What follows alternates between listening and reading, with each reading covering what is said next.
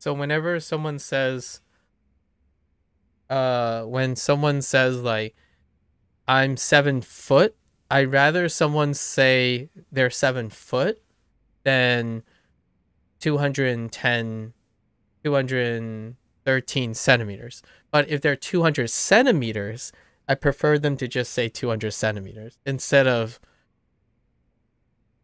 6 feet, I don't know, 10 inches or something. Because it's a lot easier to simplify whole numbers. So often when people talk about like, oh, you're American, you would use English units, etc. No, it's just out of convenience. So like I run a mile each day because just so happens my route is exactly a mile. It takes me from start to finish in exactly a mile. If it was you know, 5K to do, or like if it was 1K, I would use 1K because it's just easier to remember those numbers. Yeah, measurements, at least in the United States, for me, measurements is just based on convenience. The less I have to remember. Oh, okay, I do have to do these. This last one isn't unlocked, so I actually have to do these. This one's kind of toxic, but I can tiger drop here. I'm completely relying on tiger dropping though. We gotta do this one. This one's the most toxic. I can actually lose this one. Overall though, the Colosseum isn't too bad in this game. Most of the Colosseums aren't that bad. It's really the climax battles that get really bad. There is climax battles in this game. They're called ultimate battles before they were called climax battles.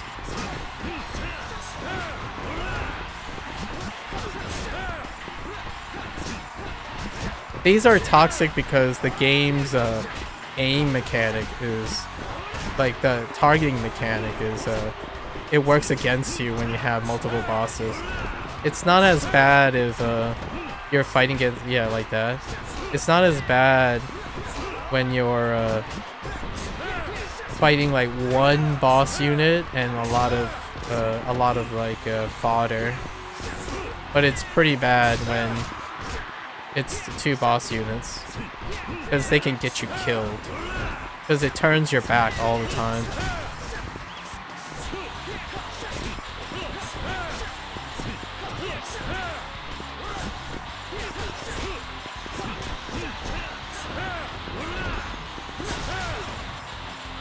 I'm getting a little...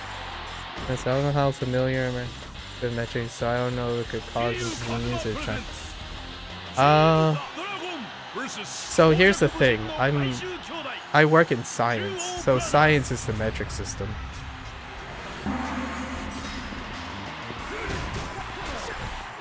You know. But the irony is there are things in science that really isn't metric, but still use it for whatever reason, right? So one thing, for example, all our equipment, you know, where the confusion comes from is people wonder like, oh, what about equipment? Like when you don't have to know the metric system to be like an engineer or someone who makes a product, because the product has to have the measurement that's being used.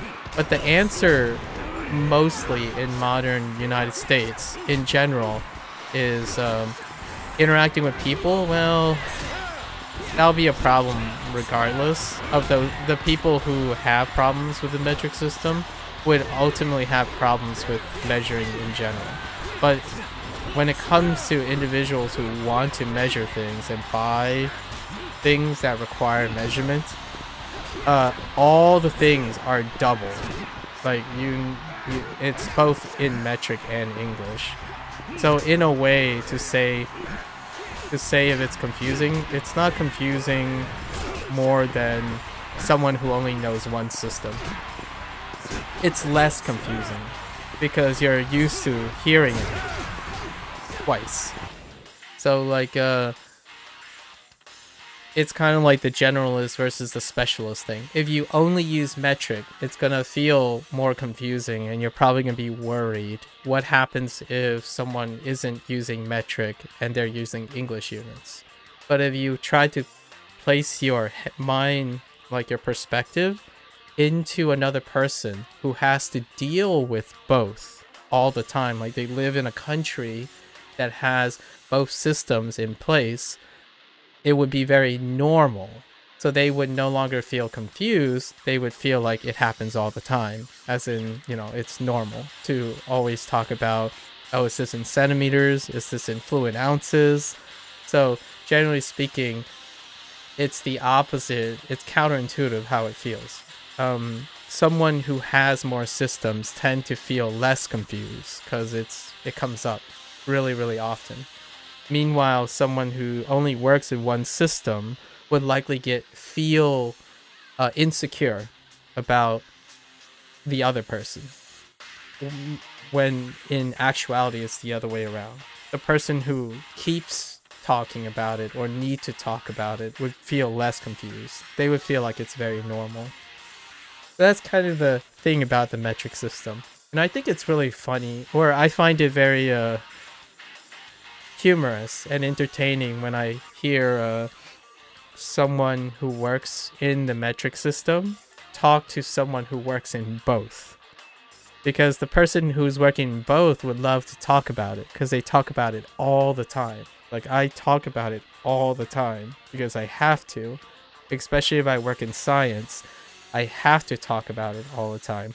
I go back and forth. I actually do sometimes measure things in inches, but meter system, you know, like, it's just very efficient, but you have to know both.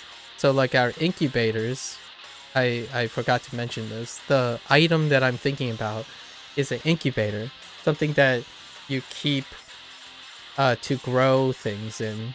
It's typically in Fahrenheit and Celsius. But really, the most absolute scale is Kelvin. But we don't use Kelvin, we use Celsius. But generally speaking, to communicate to a lot of individuals who are helping in a lab or manufacturer, you would have to talk in Fahrenheit sometimes. And it's every day, most of the time.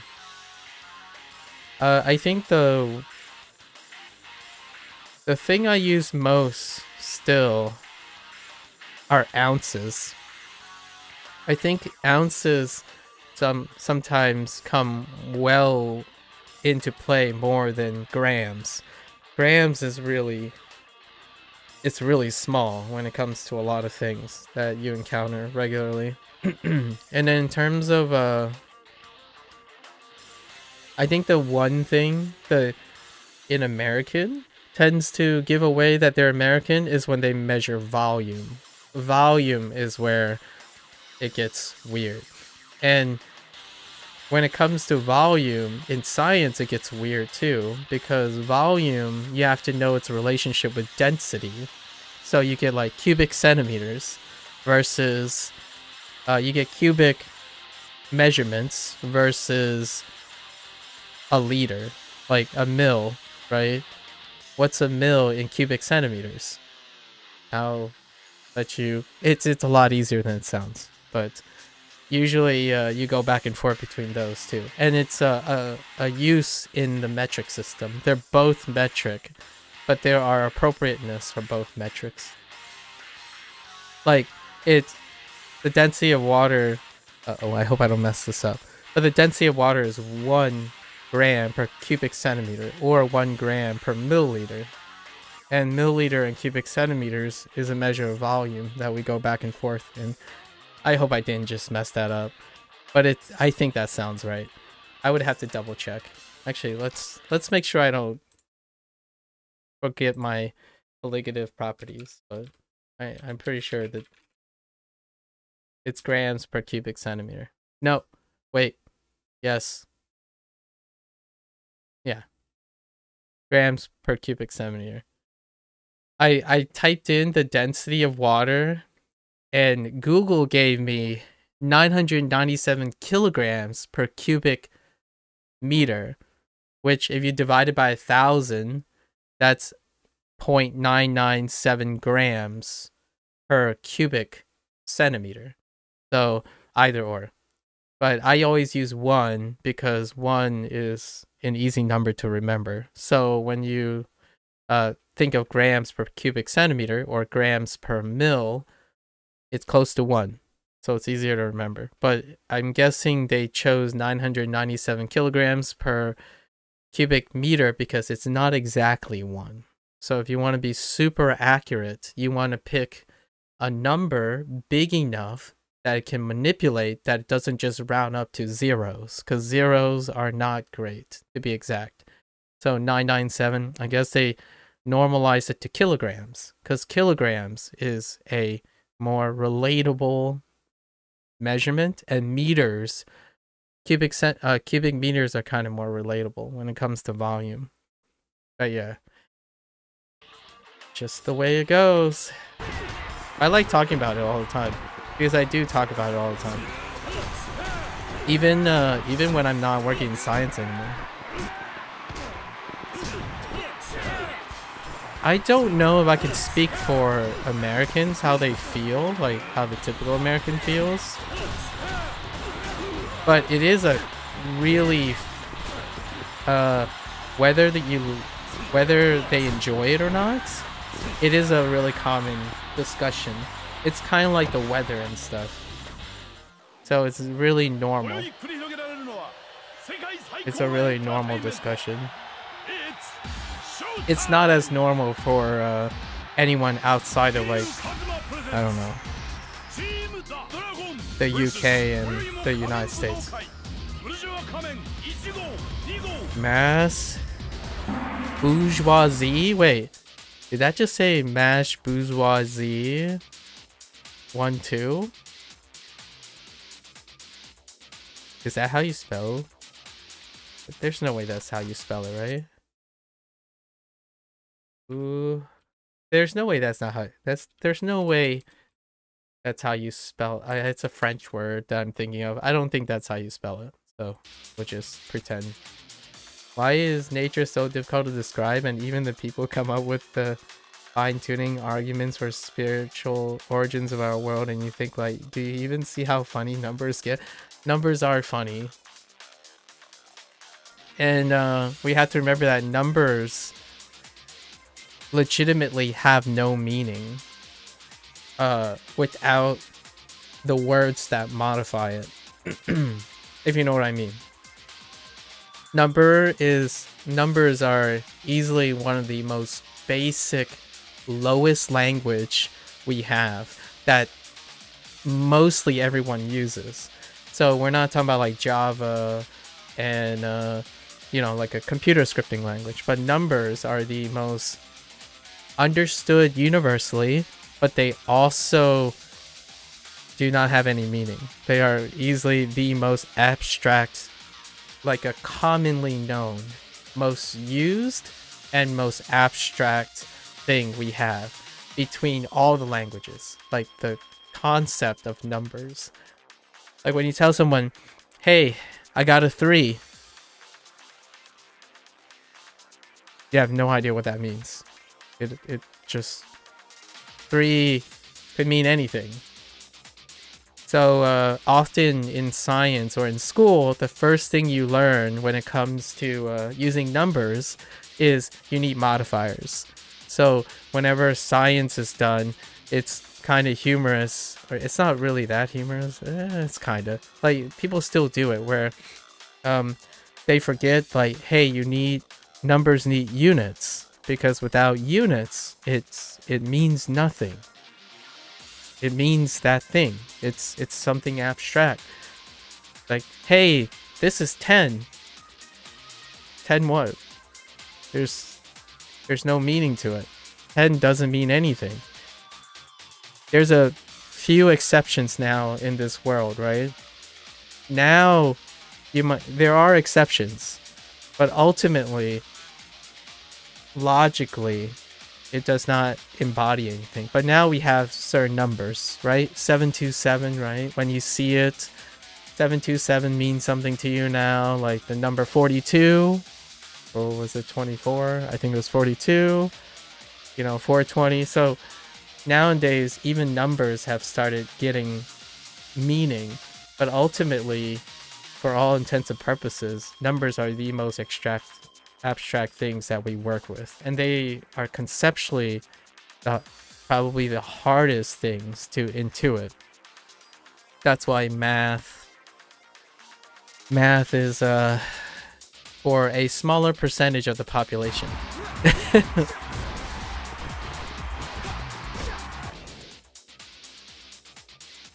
Those still only mean anything in those only mean anything in yeah. So you need context for numbers. Meanwhile, all our other words are higher language. I'm not sure if you're into computer language, but generally speaking, I adopted this when I was learning on Python. The higher a language is, like when the words I'm using, the higher it is, it means the closer it is to our speaking language. Basically, there's meaning in each word, or each whatever we're using, the medium has intrinsic meaning that removes explaining. There's rules that narrow down its meaning. So the higher it gets, the closer it gets to our speaking language. And numbers are like the closest thing we use every day, but they're really low, like super low, but not as close as to a computer language, which, like, you know, if you look at a syntax of a JavaScript, without any training, it will be, and without any aid, everything has to be extremely explicit, and you gotta learn it all over again. But in as you go higher, it's a lot easier to understand. But we use numbers. Most people still use numbers, but not, you know, very few people actually use JavaScript, right? Like a vastly smaller percentage of people understand a computer language, but they do think they understand numbers. So it's one of the funny things about language in general. There's a huge gap between the competence with numbers and what people think they understand about numbers. I think it's a really fun thing to laugh about whenever you have a like conversation of how little we understand about systems that use numbers. Like when someone says, like even me, what I just said was the common thing that I get approached with is centimeters. It's just easier. Like the metric system, it's just easier. You multiply by 10. It's like, well, if the only thing you know how to do is multiply by 3, 6, and 9 90% of the time, then multiplying by 10 might actually be harder. You just don't know. But the idea is, in our world, we have accepted that humans have been conditioned to say, oh yeah, 10 is a great number because the operation we were taught is applicable to most things. So when you multiply by 10, you don't have to carry the 0, right? So that's great. And that's what made it easier. It's not inherently easier objectively. The task of multiplying by everything by 6 all the time can inherently be easier if the world was just different. If humans decided to do it differently. So that goes for language, that goes for measurements. So when people say, oh, this is easier, I don't understand why this exists, it's worth talking about. Because it reveals a lot about the person, quite a bit. Like the person who's saying it. Now I have to blow my nose, so 1 sec.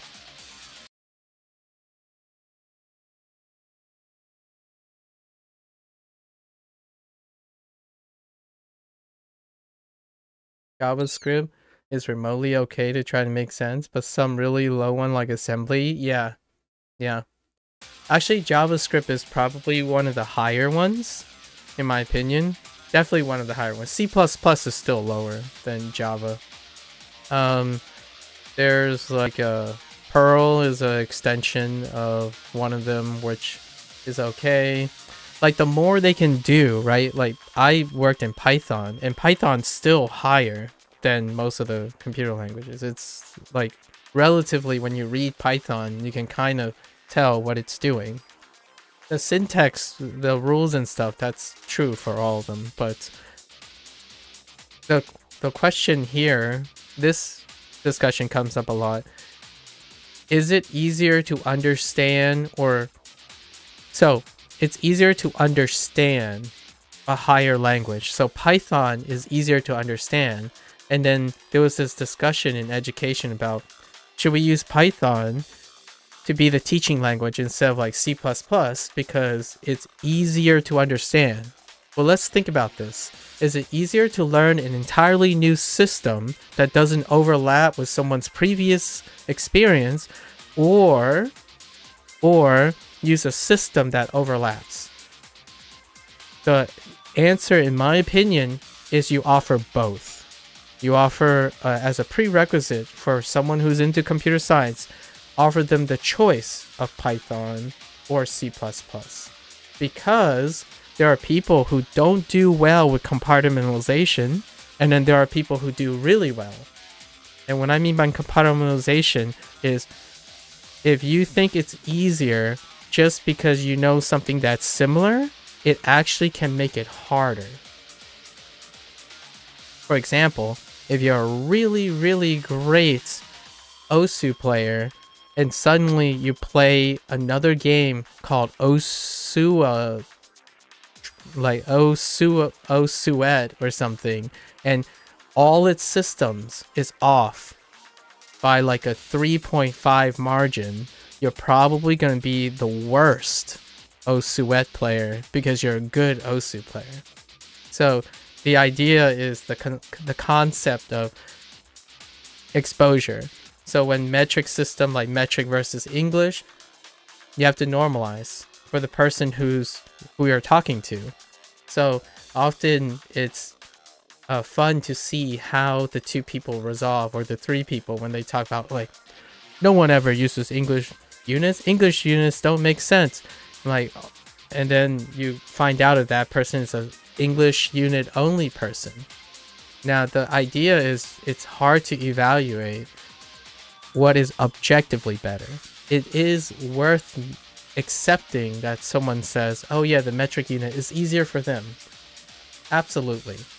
That's without fault. But telling someone which one is easier and harder, and forcing, and like suggesting like it's true, like it's a statement of fact, that is that's where it gets juicy, right? It gets where it gets spicy, and it's fun watching people try to resolve their pride and arrogance and exposure. But as a person sitting outside, you can learn an incredible amount of things with the way people, like, what they talk about, how they talk about it. And this talking point happens a lot, and I like to talk about it, especially about and the other thing that you're talking about, JavaScript, and how it makes more sense and stuff. That's a really common one too. We're like, oh, this language is superior to this language, or it's easier to learn because it's like English. It's like, well, for me, like personally me, I think I might have done better. I would never know because I didn't start, but my gamble is that C++, I would pick up C++ a lot faster than I picked up Python. Python is a higher language, so there were things that I did, I'm like, wait a minute, does this word mean this word? It was made to be convenient so that it reads like English. So when you do things and do commands, like, oh yeah, it makes sense that it would be this word. But the problem with that is that since my English vocabulary is really, really big on average, it made it harder for me to remember what term it is. I don't really like comparing something complex like a measuring system directly. Like there's probably a practical reason we use inches to display. Yes. And you may not like it, but it's also funny to watch other people do it, right? So here's the thing. I don't know if it angers you or anything, but here's a fun experiment. You could find out why you don't like it by observing other people. For me, yeah, I don't get into those arguments too often, but it is kind of fun watching people talk about it, because you don't have to do anything. You're not expending extra effort to figuring out like, oh, these people are duking it out. I'm like, it's apples and oranges, but you know, and a whole lifetime of experiences. But it's great. It's kind of basically what the internet's about.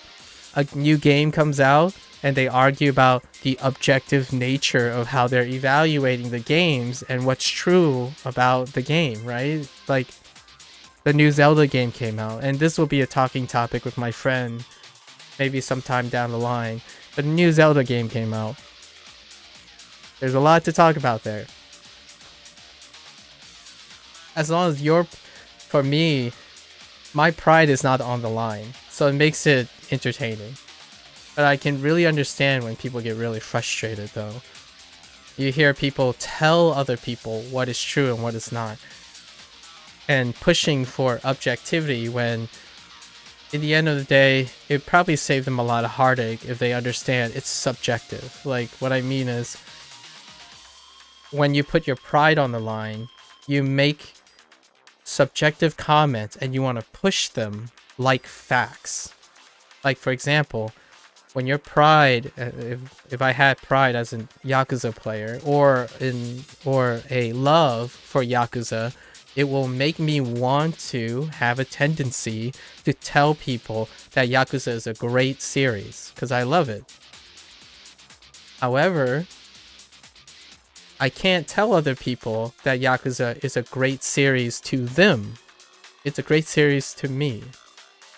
It would take a lot of extra knowledge or intelligence or observations to really gather who you're talking to. Right? So the idea is you change the rules. So if you really wanted to save your pride, what you can do is you can add all the rules. And then when the rules are in place, it removes you from subjective to an objective point of view, like a more converging point of view. For example, when I say Yakuza is a great series, I add rules. It's a great series for a completionist, someone who likes the Japanese culture, who's into organized crime, who's likely male, and probably heterosexual. So you're listing all the things you know about the system, and that system will eliminate subjectivity. So in order to demonstrate, anytime you want to demonstrate how much you like something or how much you know something, you back it up with quote-unquote evidence. And evidence is based on your knowledge. And you use that knowledge to prevent yourself from sounding subjective or more subjective. So typically that's how I would approach things, or encourage people to do so. It still doesn't stop, like that one comment you made the other day about not consenting to your focus, right? That's what emotion does. So when you're trying to interpret your emotions, you can use what you know about something. It's hard for me to make sense of their thinking process when people do that, so it feels tiring. Yeah, that's fair. You mean like when you're observing the two? Like recently, two people I know were comparing Apex Legends and Warzone, and I literally fell asleep trying to listen to that, understand what they are even trying to do with that what I can say about that is, if you don't have the motivation to do so, then you're getting diminished returns. So I wouldn't go out of my way and say you're gonna find it interesting right away, or you're gonna like it, or you're gonna dislike it. But one thing I can say for that is usually true: the more you do it, the less effort it will become. But the thing is, the more you do it actively, not the more you do it passively. So for example, you can actively become better at a task if you actively observe. So for example, if you watch a sport, right? You could watch it for entertainment, or you could watch it for understanding. And some of that does translate to the actual use of that knowledge. However, if you're not actively observing people, like when people compare two games that are apples and oranges over and over again, without the active input, your effort doesn't go down. Because you have to constantly remind yourself, oh, why is it that I find this boring or tiring again? Like, why do I find this? So you're going to constantly go through the same loop of rediscovering, oh yeah, this is boring and tiring, right? Or this is exhausting and I don't want to expend.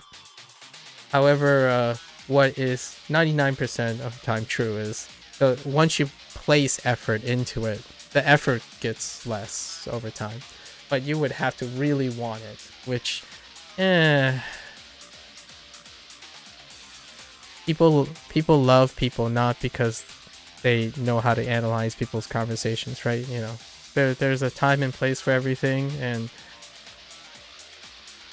being aware of what you don't know is probably far less effortful than, and maybe very protective than wanting to be good at that stuff. I just do it all the time though. I enjoy it quite a lot. That's a good digression.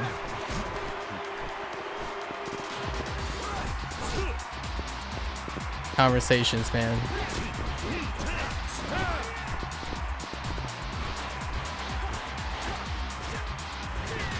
It's gonna do that stupid like command grab thing. Whenever this guy flips, he's gonna do the command grab. Oh, come on. And the running one too.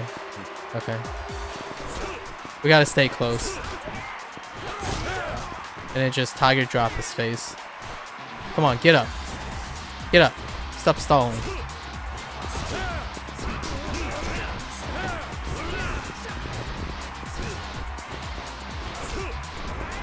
Oh, they switch targets. Dang you! Hold up.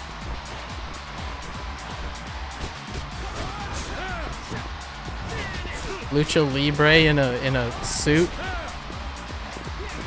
Come on. Come on, you luchador. Come on. Yeah, that's right. Oh, hey, I didn't even realize he could throw. Alright, buddy. Let's flank him. It's all you. Nail that guy. Actually, I can probably just tiger drop him now. Okay.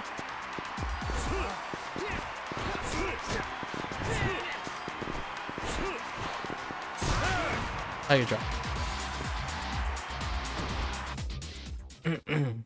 Oh, that was it? We're at the end.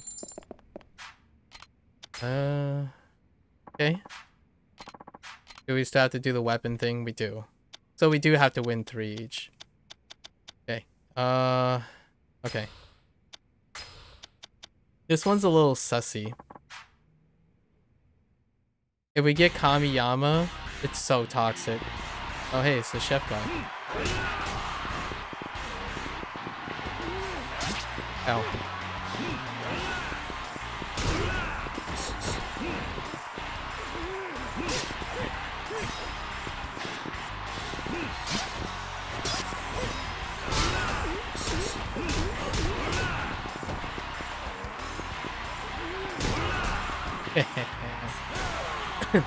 We have brass knuckles, so our frame data changes and our combos, available combos changes.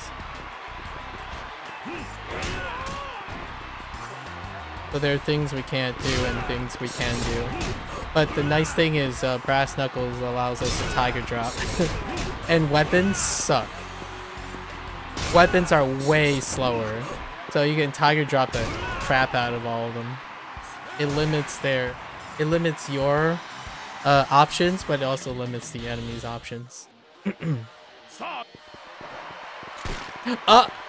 Okay, now we're in trouble.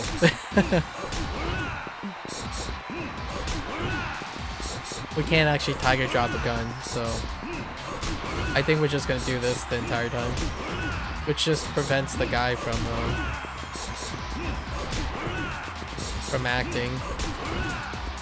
Okay, this is gonna take too long, actually. Okay, maybe we can try to dodge one of them. Let's see. Nope. Yeah. This game, we don't have quick step. Like, we only have one quick step, so we can't really do anything about it. We'll just cheese him out.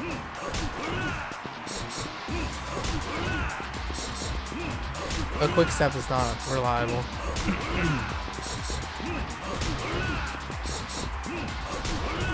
Okay. I think the most tiring thing about trying to analyze a conversation for me is that I don't know how to receive feedback about how accurate what I think is. Oh, that's fair.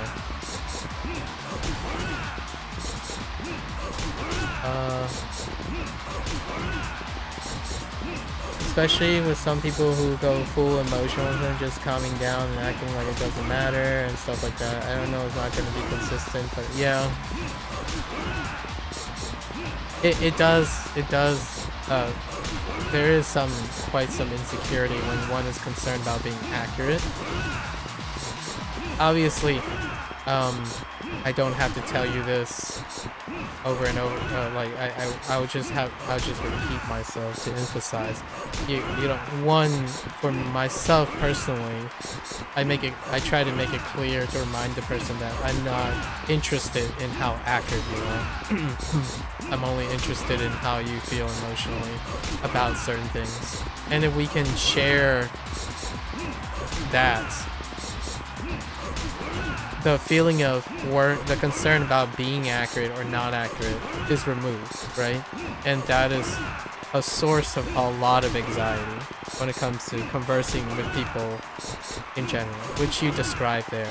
Because accuracy creates emotional baggage, which, like, oh, the person could just say like, nah, you don't understand, or you don't understand, or I want you to understand, that kind of stuff. It often deals with accuracy. And I want to always try to remind people that it's not really about the accuracy, it's about the interaction. If you're inaccurate about something, it tells me something about you. If you're accurate about something, it tells me something about you. If you want to be accurate about something, that's something different. If you don't care if you're accurate, that's a whole different thing. So forcing someone to behave to the beat of your drum tells you less about the person than yourself. So, for example, if I'm leading a conversation and I want someone to be really, really hyped for the same thing I am, I learn less in that situation than having that person tell me they are hyped about the same game. So you're influencing that person, and that's kind of what you know, streamers or leaders do. They influence the other person. But in the end of the day, this isn't subjective. Generally speaking, most of the time, you learn less about a person if they are being guided by you. And that happens a lot. Especially in conversations dealing with accuracy. Because you're going to try to find the accurate answer. I don't want the accurate answer. I want what your thoughts are on the topic. If you think it's weird that you've never seen this, that is the most accurate thing that you know now. And there's no question about it. So whether you choose to interrupt someone and correct them, that's also more information, right? The problem is, I don't know why exactly, but I really wouldn't want to share my analysis with him to better understand a person. It doesn't feel right to do that to me. Not sure why. So I would just be left with an assumption.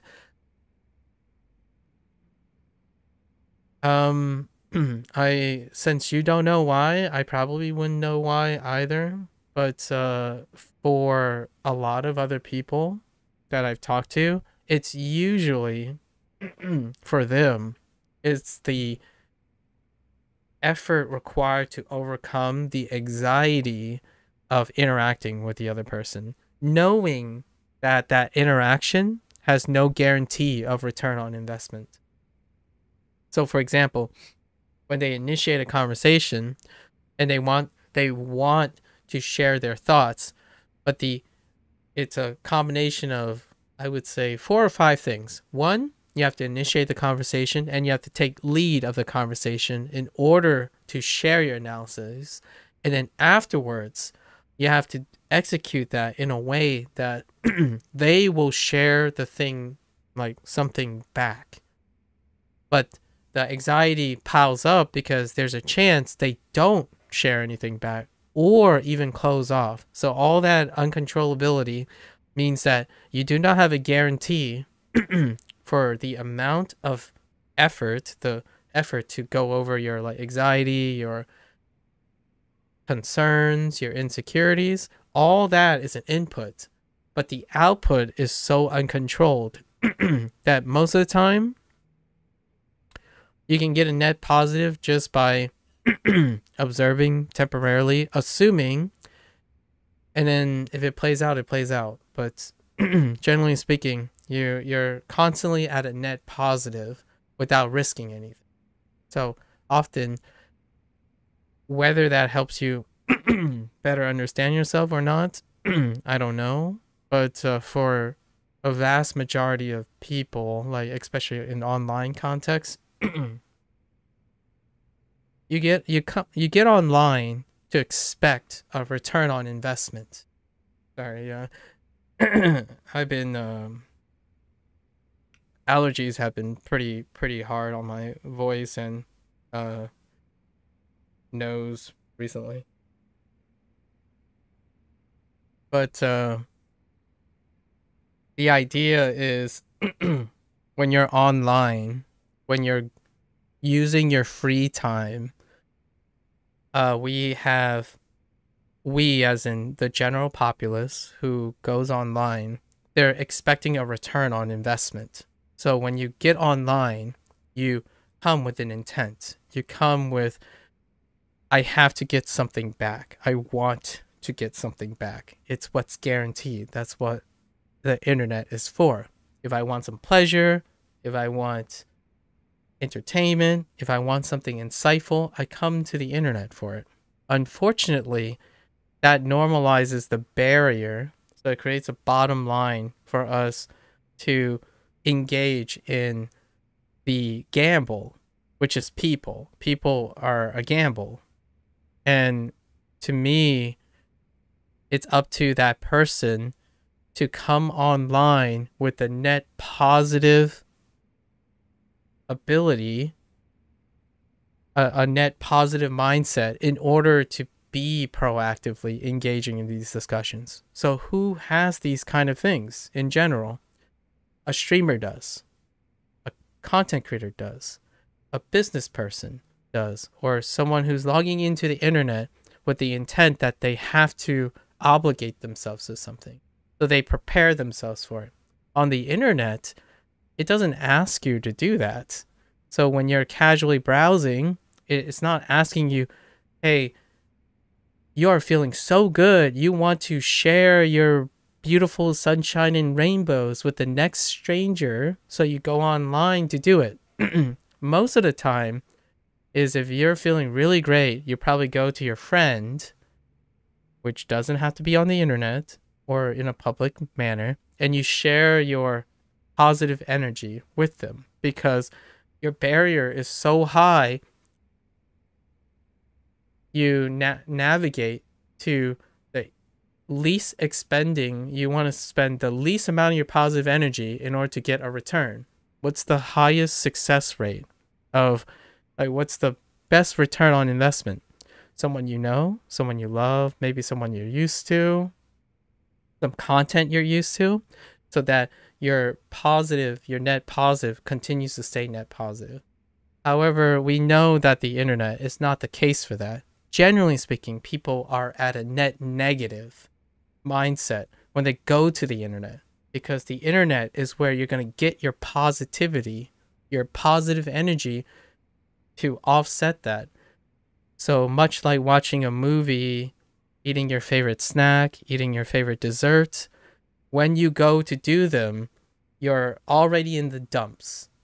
So the chances of you coming on most of the time when it feels that way, you come on saying, oh, I know that Twitch is about interacting, or I know that I come on Discord to talk. But when you're coming on, you're hoping to get positive. You're hoping that it alleviates and elevates your mindset for the casual people. So like for someone who isn't coming online to do a job, for example, or when they come on, they're prepped. They have a routine that leads into the day they come online or the time they come online. So it might sound like I'm saying this would be easy or it's easily understandable, but it really isn't. Because between you and me, we operate two different mindsets.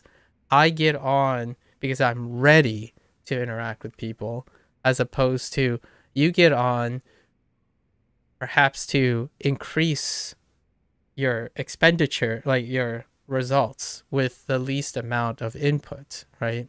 So, and that's the most appropriate thing. And honestly, that would help you understand that to the point where it makes it feel less bad or less tiring if you just know. Sometimes knowing helps a lot. So like, yeah, I'm feeling like a -3. I'm going to come online. Hopefully other people understand that, but that's where it ends, right? So if you're having trouble understanding why your barrier, your motivation to engage in understanding stuff is low, the chances are many people, like a substantial amount of people, feel the same way. And understanding that helps those who aren't like that, like content creators, to somehow lower that barrier. So what is the way we can lower all those barriers? Offer things you can buy for convenience. Sorry, microtransactions is a great way to get positive feedback for a low amount of input. And then emotes, low barrier. It lowers the barrier for typing. So as people who are positively mindset, who is engaging in trying to get the vast majority of people, those people who go on the internet to try to get more positive dopamine back, the goal of people who work in the industry is to lower as much barrier. So for me, what can I do to get more discussions? I have to figure out a really well practiced way to make people want to say things, because I remove those social barriers. So I remove the need to be for you to say the right things. That goes out the window. If you want someone to have a more likely discussion with you, if you want a discussion with a stranger online, one of the rules you want to set is it doesn't matter if you're right or wrong. That's not the goal of this, right? So you remove a barrier. That really just throws out a lot of things. I'm not here, or another one is proving. Oh, hey, it's Coffers. Oh, I guess his stream was successful. Another barrier you can remove is I respect you just as much as you do me, and we have no legacy. So, for example, what I mean by legacy is it's a lot more elegant than that. Like, we don't address titles. So, like, we don't address seniority, age, or titles, right? So you make that quite clear. So, for example, you're 40, I'm 60. Somehow that matters, right? And it does if you let it. So the goal is, if your goal is to converse with someone, you set rules in order to make it less effortful. So it's not just for strangers. So we're talking about the interaction between two strangers online, but this is a very useful tactic for people you love, people who are your great friends, maybe your siblings. When you lower and set rules, it's more of a setting rules to abandon rules. It's like an anti-rule. You're removing all the barriers. So the barrier to interact becomes so small that you do it with high enough frequency, it becomes effortless over time. So for example, what's a great one that needs an explainer of why it works? When you fight with your friends, after you fought with your friend and you resolved it, did you lower the barrier? Did you get an opportunity to set new anti-rules? I don't like the phrase anti-rules, but did you reshape the playing field? So for example, you could say your friend ticked you off because, I don't know, they're showy Apex Legend player, and you resolve it. And after the resolution, they continue to be a showy Apex Legend. You haven't removed any barrier. That usually is a passive resolution. The effort will continue to be just that great. However, you could choose, hey, I only play with you not because you are a great Apex Legend player. And then you ask that person, why do you play with me? It's like, well, you don't have to be good. That barrier is lowered. So the next time it comes up, it becomes higher chance of success. Depending on your mood and stuff, you're going to have positive or net negative mindset. But the thing is, you're moving the bar down. So the chances of success is when you have enough positive mindset to overcome the activation energy, the bar you set. If it's always this high, then every once in a while, both of you might be that high. For example, both of you doing super well, you're clicking heads, and you're both going off in Apex Legends. And then you had that discussion where someone's big-headed, and then you probably resolve that. It's like, don't worry, like, I know you're kind of ticking me off for how you're showing off, but we're both doing well. So that gets resolved. But because that gets resolved, you don't try to lower the barrier. Actively succeeding in normalizing healthy habits or habits you desire, you lower that bar, irregardless if it's easy or not. Like, hey, man, we got lucky this time. It's like, no. I don't care about luck. We got lucky this time, but let's lower that bar. Let's keep lowering that bar even when we're winning. So when you're winning harder. And every time you win, it's not a chance to lax up and take your luck, basically. And what I mean by luck is, I'm not talking about the skills you've accrued to win. Your luck is that the solution or the resolution was in your favor. When you win, some people win and they come out a loser mentally. It sounds nebulous, but the idea is, if you step back far enough, you have to know, are you net winning? So for example, some of the greatest players of Game X, because they spent 90% of the time winning, they never became the best. By the end of their career, they never end up really being the best. Because in their era, they decide that if they're winning, there's no need to be improving, or no need to be lowering something to increase their frequency, their efficiency. So the idea is, like conversation, you have to lower the barrier, or you do it, and then you keep doing it. It's the most intuitive way to lower the barrier in terms of effort. when you do something, it becomes like the effort gets lessened, required. But the intellectual thing you can do is there are many ways to lower the perceived effort to having a conversation or analyzing conversation. There's many angles you can attack it from. Like having a conversation with a friend. Well, the obvious thing is probably do something you both like. But what's not obvious is doing something you like and working on communicating why you like it to your friend. Or vice versa. It's often the road most traveled, the choice most traveled is to find something common, because that's a low bar. What are the chances that's going to happen? It's probably not going to happen that often. You must think about how many friends, how many best friends you have when you operate with that logic. That logic that you are best friends because you both happen to like the same things. I have a lot of friends, but I wouldn't classify them as best friends the way other people classify them as.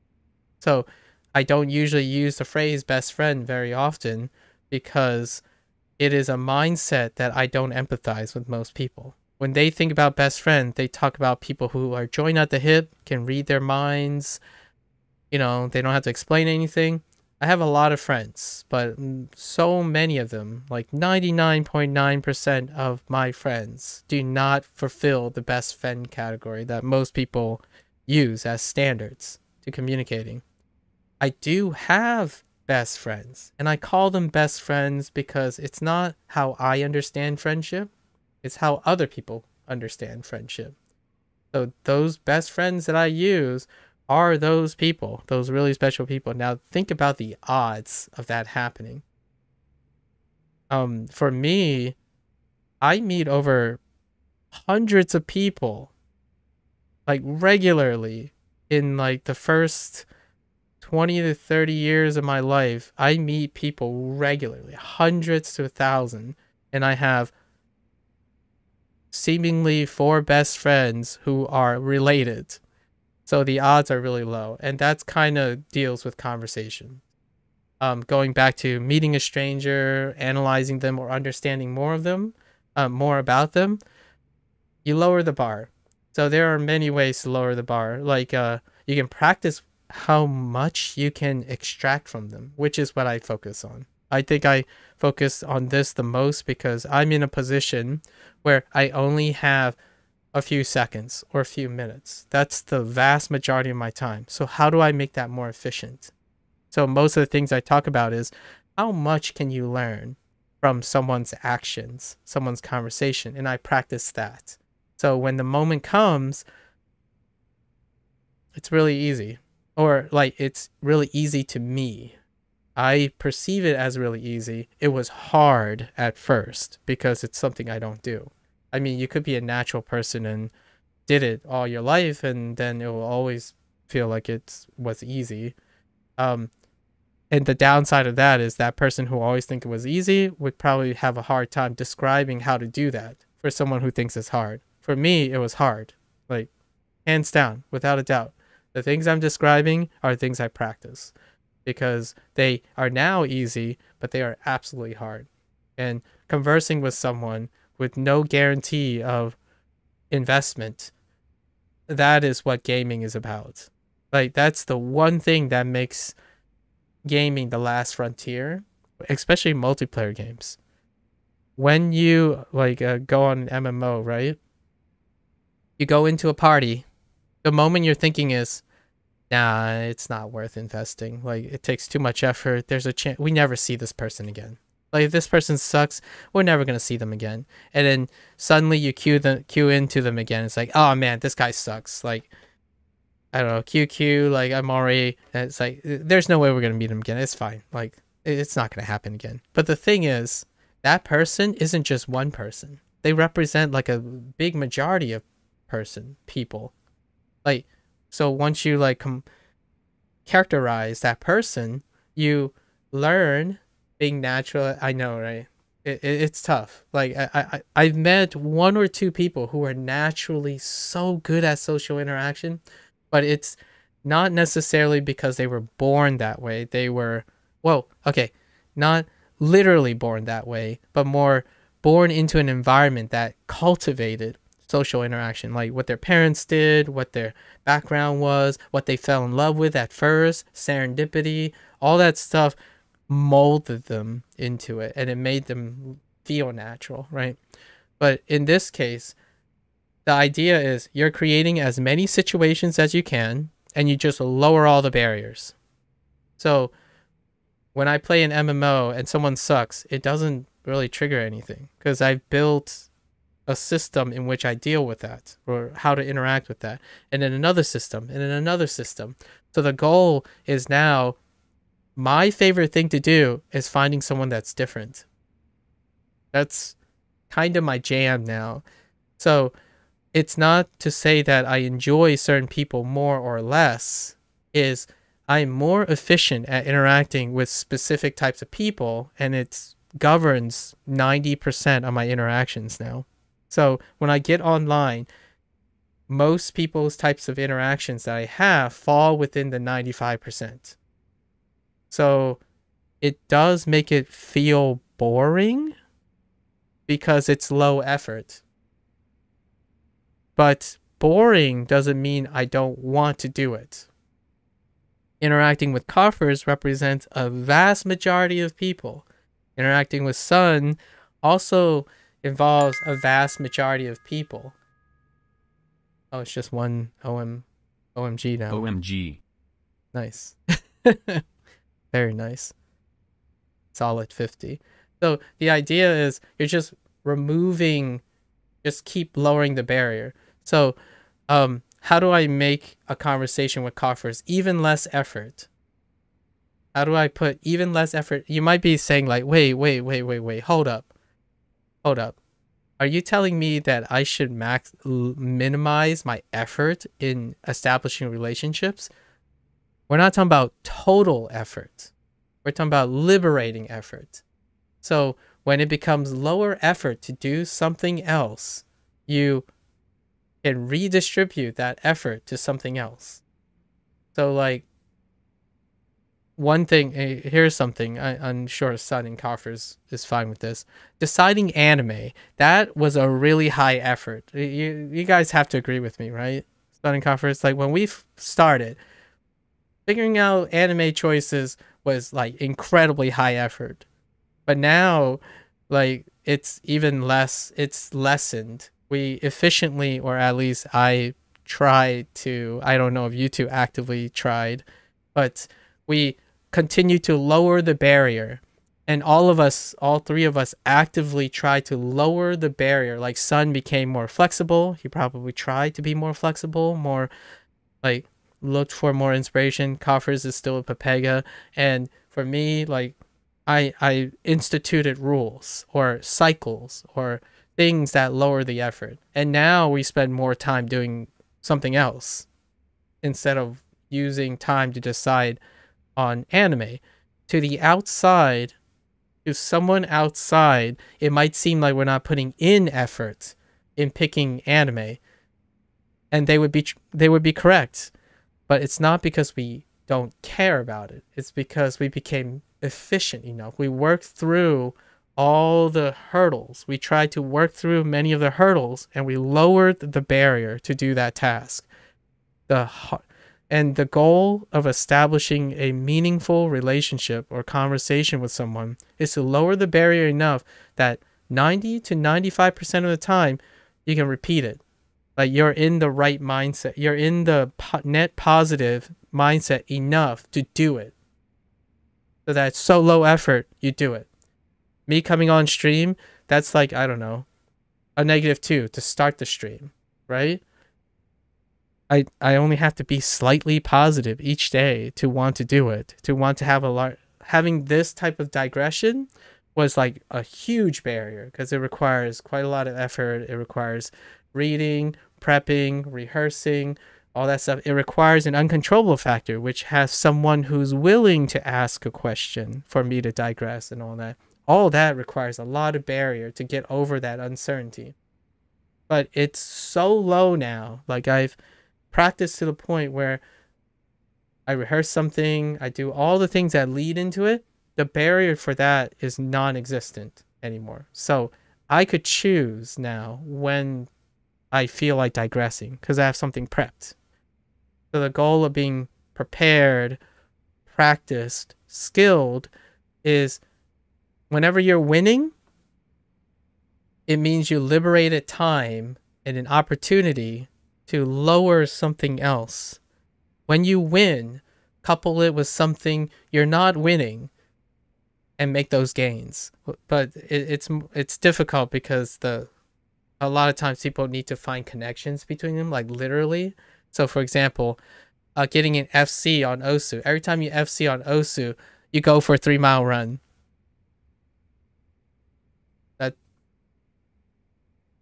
That 3-mile run is probably going to be the best 3-mile run you have because it's linked with an FC. But your FC doesn't come very often, so you don't 3-mile run very often, right? So you're not lowering the barrier enough. So when you start associating things with higher frequency that's successful, you can take that opportunity and lower the barrier of other things. So when you resolve a fight, for example, if you got into an argument with a stranger, but it resolved positively, you're gonna take, you're gonna learn how to make that occur more often. As opposed to, I got lucky this time.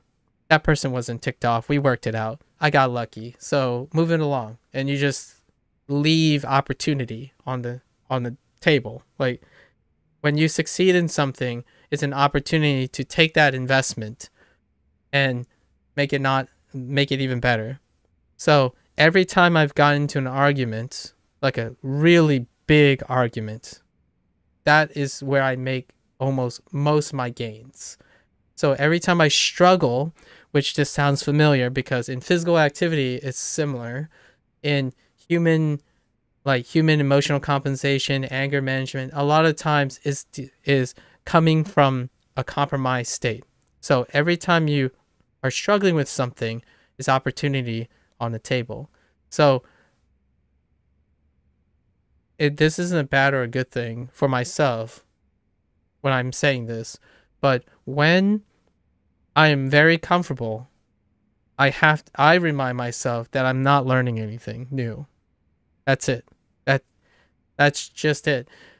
Am I upset or unhappy or something about it? Well, I tell myself this so that I don't have to be upset or unhappy about it or something like that. For example, if I keep streaming for the next 4 years, if I don't remind myself what I'm doing is exactly the same each day, I'm not going to change anything. And if I don't change anything, the effort is going to get less and less. It might not be apparent that you're making less and less effort, but you are. That's what grinding is. That's what normalizing behavior is.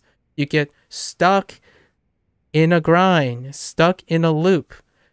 Well, you might be thinking, oh, but I've always done this well. On metrics, yes, but your effort has gone down.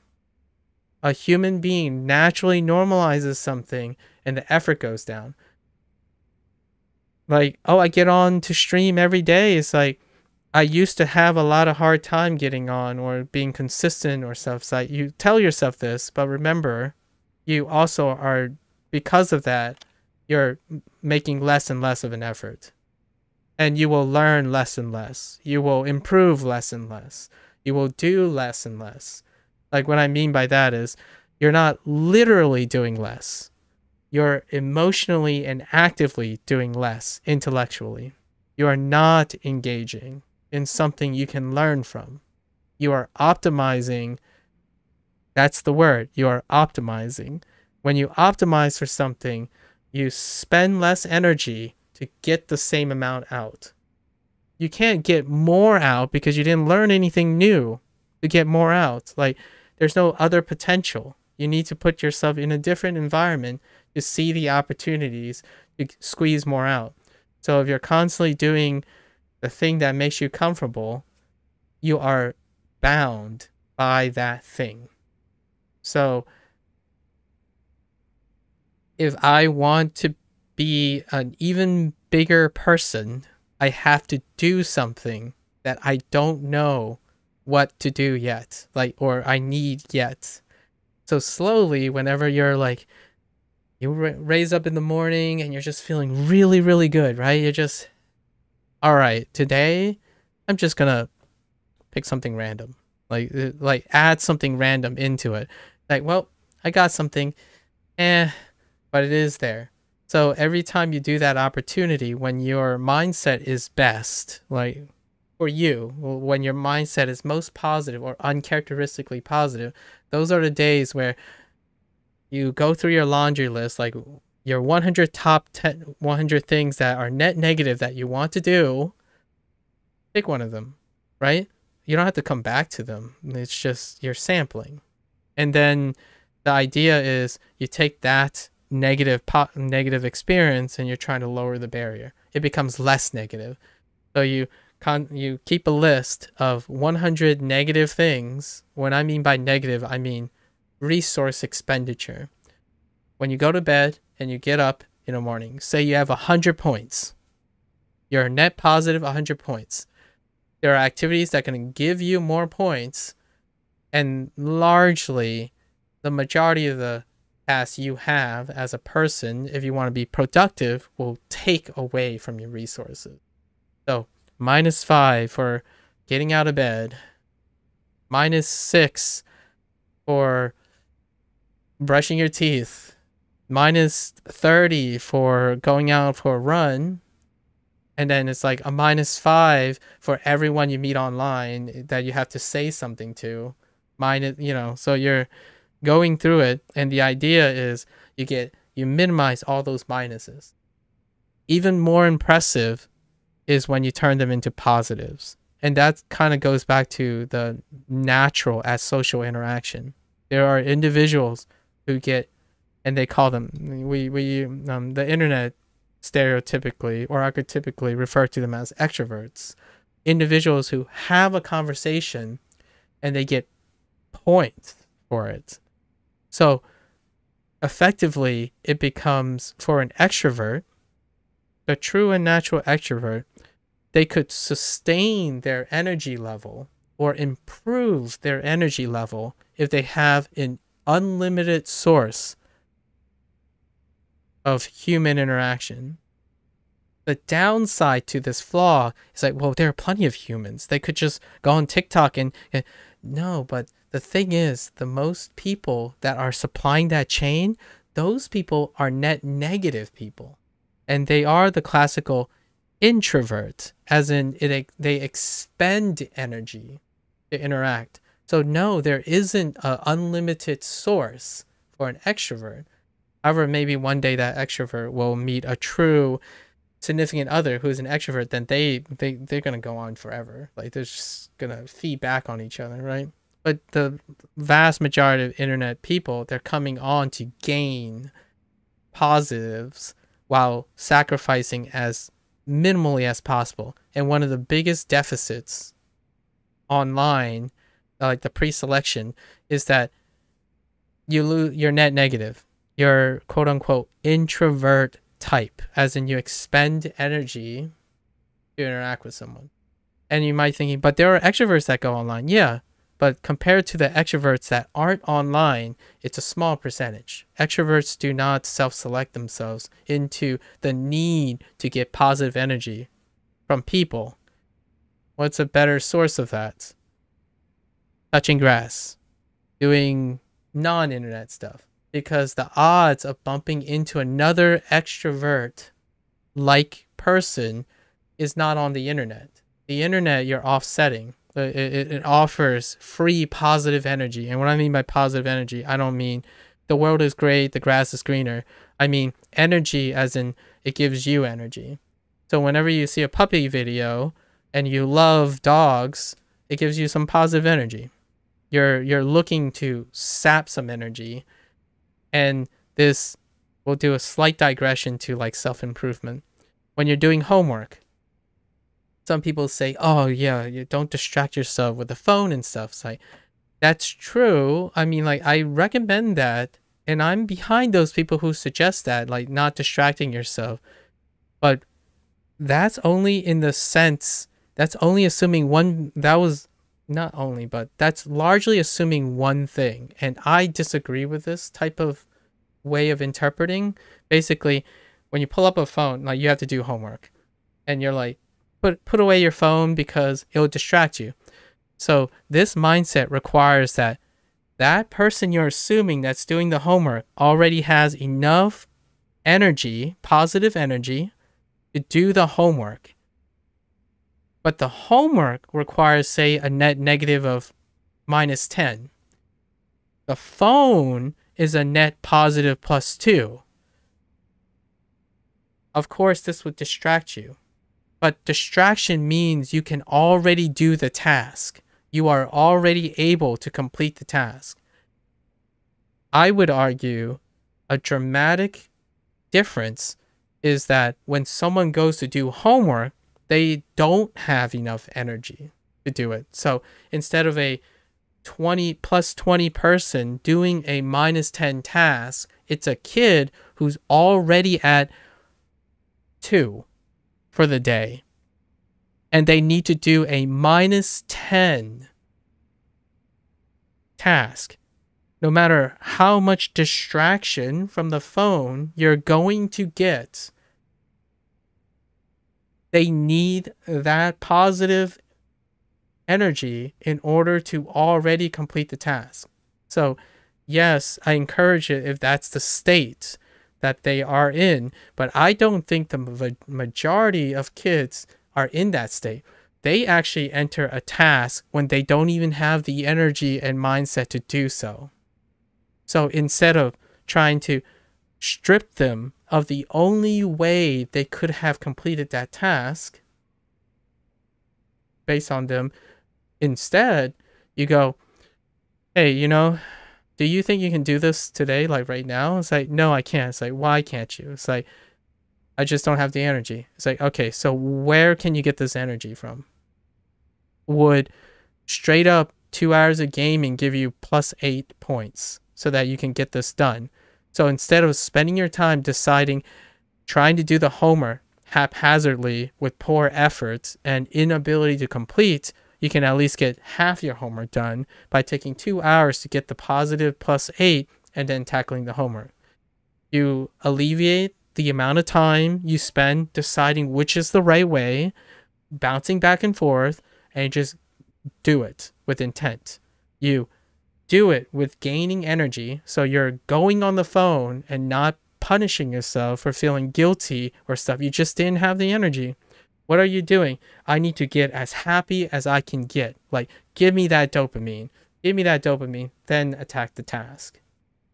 The chances are you are more likely to succeed knowing that I wasn't going to be able to finish this in my current mindset.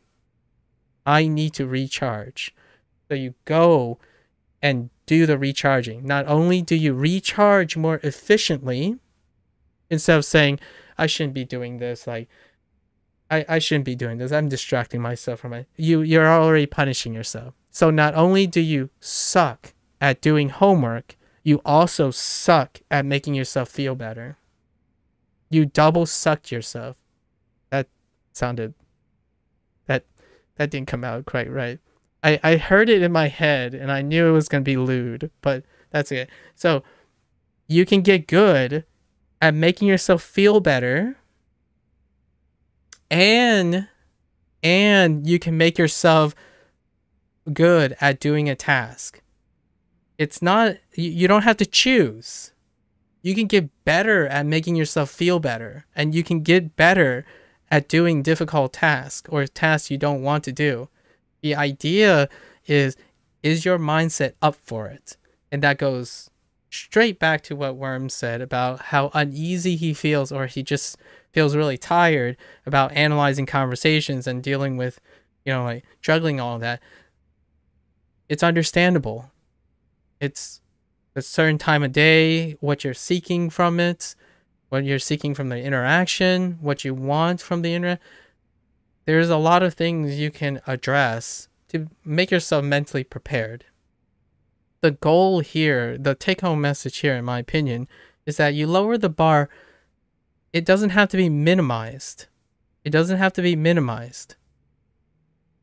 You just have to lower it, and that, when I say just, no, not easily. Not easily. You have to lower it to the point where you can do it sufficiently enough to lower it naturally. So, for example, you hate fighting with your friend. All right? You hate fighting with your friend. Just wholeheartedly, I hate fighting with my friends too. So what do? You avoid it, right? That's great.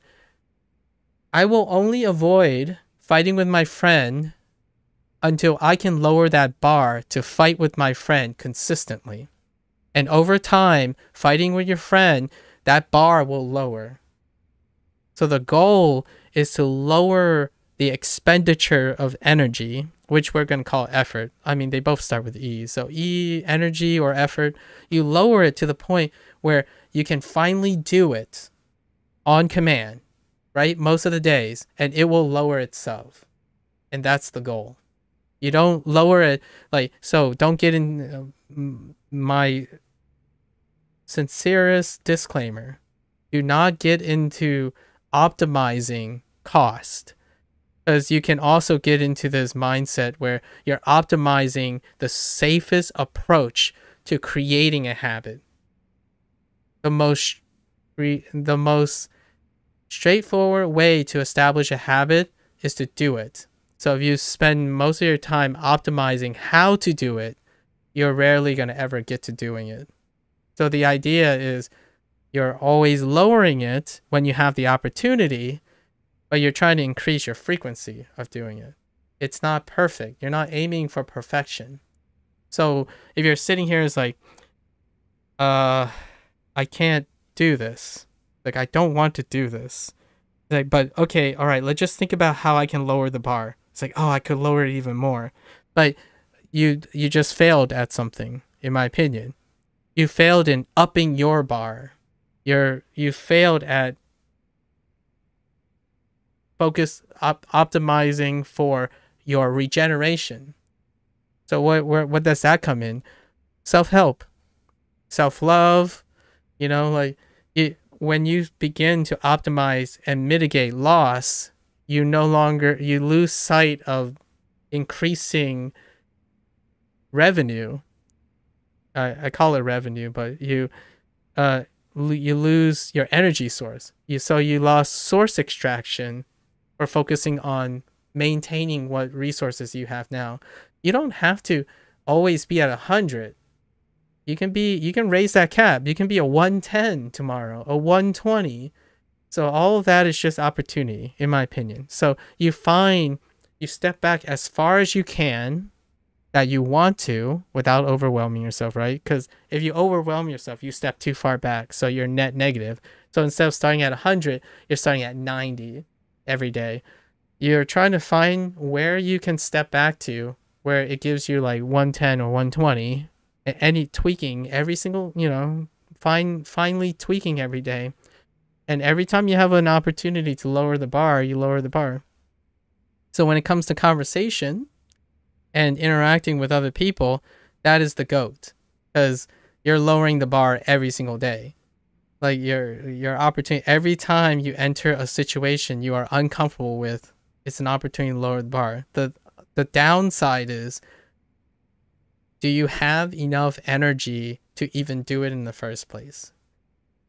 So if you're an introvert, right? And I said there is a high self-selection for introversion, as in what I mean by introversion is, I'm not talking about your personality, what you do better or what you do worse. That stuff, in my opinion, does check out with not causation, but it checks out with corollary statistics. What I'm suggesting is one of the fundamentals of an introvert is that it costs energy to interact with someone. If you're an extrovert, it doesn't cost energy. You actually gain energy most of the time. So like, for example, An introvert does, I don't know, eats food. This is more common than relatable than a lot of other people here actually. They eat food to get positive energy so that they can do something. So like oh, how do I get ready to Osu game? I don't know, pump some caffeine into my veins or something, right? Get that next level bump. An extrovert would just go chat with their friends. Now, the reason why I picked that example is because introvert is not a static thing. It's not a static thing. It's a dynamic thing. We are all on a combination of a spectrum of extroversion and introversion with the context, right? So how I chose that example because there are instances where most of the people I'm talking to are extroverted. And what I mean by that is, when was the last time you saw someone FC a map and now you want to play Osu? That's what extroversion is like. You're witnessing in a social interaction that gave you energy. Now, the thing is, there are introverts who just look at FCing, right? FCing and say, and tell themselves, I can FC that.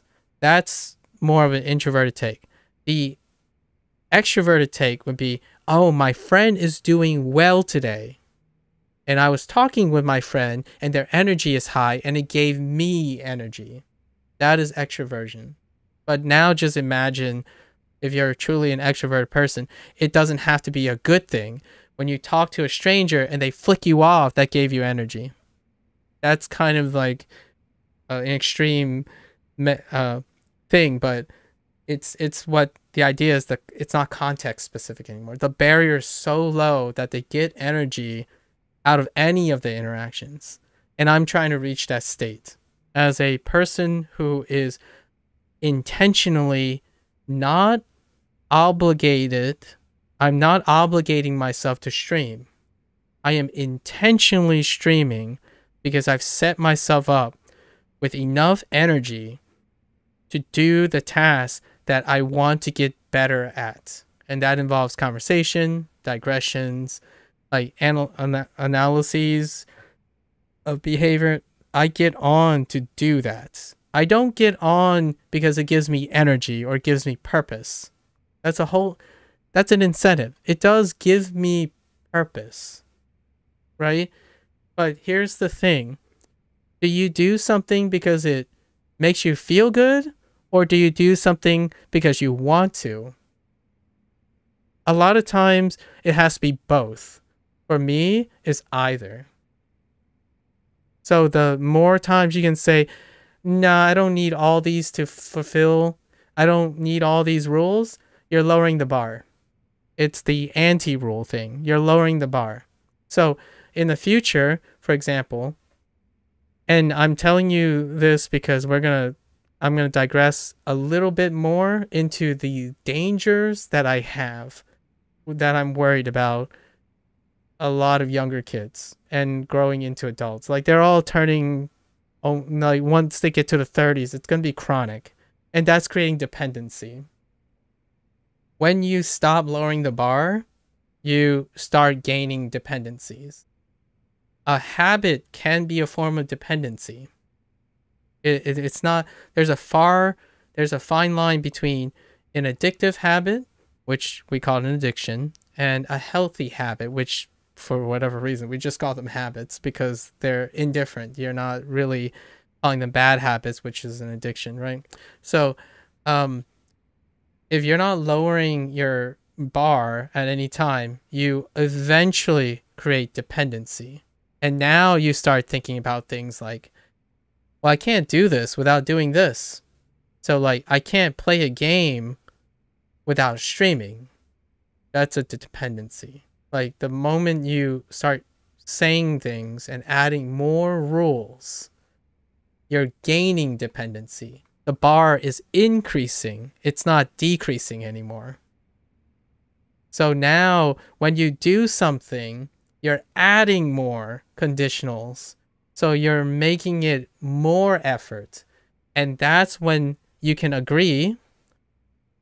You can agree when someone tells me I have been trying harder and harder to be successful at, I don't know, X, Y, and Z. I'm trying harder to be a content creator. I'm trying harder.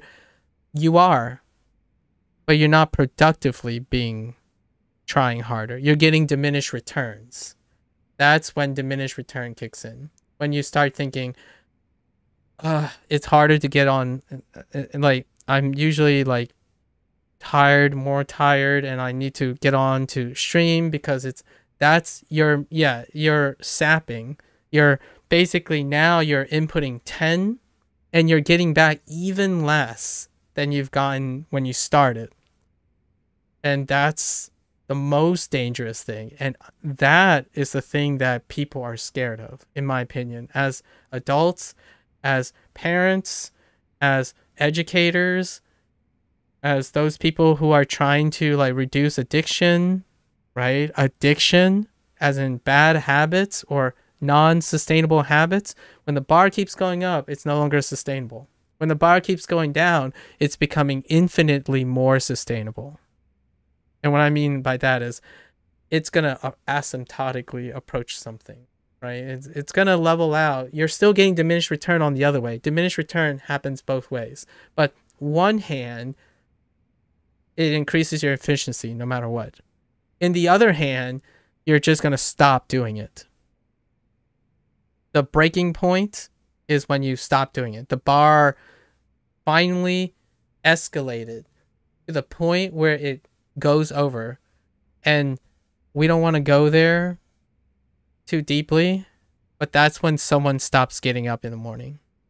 That's when someone... So one example, a great example, is this person stepped back so far to try to get more energy each day that to do that, it was greater than his starting energy.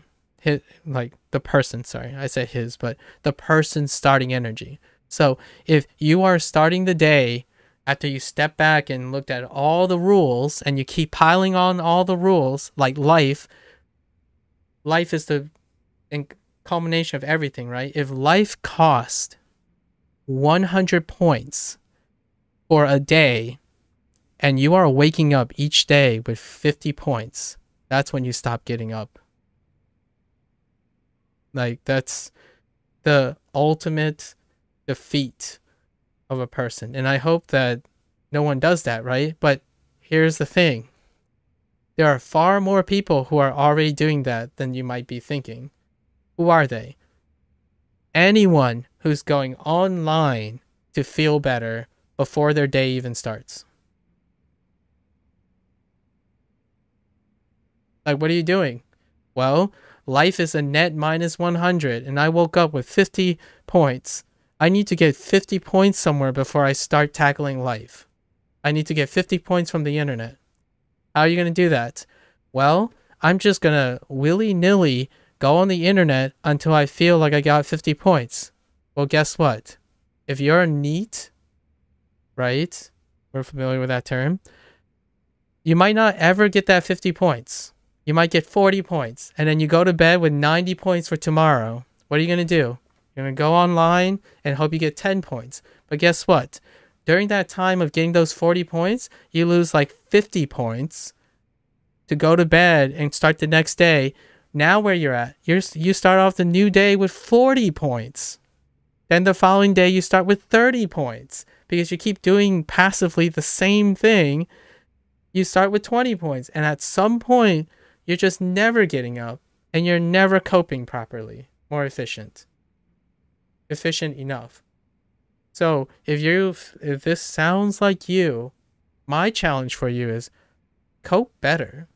What I mean is get to coping harder, like find more coping. So while you're failing to meet your quota to get out of the rut of tackling life's 100-point deficit, right? The combination, whatever you have to do, requires 100 points. Where are you going to get that points? Start working on yourself by looking at where you can get those points. You wake up 50 every day. Well, there's one thing you can do. You can mitigate how much it costs to go to bed and increase how much going to bed will get you. And what I mean by that is it actually is a net negative when I go to bed. Like I go to bed, it's probably like it costs -10 just to go to bed, right? And then the recovery will give me 30 back or something like that. I feel like a 30, 40-ish is where I would say these are arbitrary numbers, but it's giving you a relative. Like I'm saying that it costs a great majority of energy for me to go to bed, want to go to bed, and it's hurting my efficiency when I'm resting. So the idea is now I have to address that. One thing I can do is optimize sleep. How do I get myself wanting to go to bed? That at least reduces the loss in needing to go to bed, right? And then on the internet, okay, well, you're always net negative, so you're putting your life on pause. How are you going to increase your output on the internet? Where are you going to get more energy? Not the same energy. So like, oh yeah, I got puppy videos. Okay, now I'm going to go see more puppy videos. How do I get more energy? Watch more puppy videos. Yeah, that could work, but on a scalar plane, but you're the loser every single day. Do you think doing a task and making that more efficient is more likely to change your current trajectory? Probably not. Gotta find something else. So that's what I mean when it intuitively, most people would say you gotta try new things, try new environments, you know, like discover stuff. Yeah, but in a way, it doesn't frame it to help someone. What I mean by that is I don't think it's no longer sufficient to help individuals who get to choose what they do every day. Before, it used to be you don't really get to choose. The internet wasn't here. So when you need to go have fun, you're already super net negative because you have to go somewhere, you have to do something, and there's millions of uncontrollable factors in that. On the internet, there's only one factor that's controlled. I mean, that's controlling everything. You are controlling everything. So now the goal is to educate people on the point system. You have to understand that it is within your control and you have to actively spend some energy, even the energy you don't have, to maximize getting the energy back or getting a surplus of energy.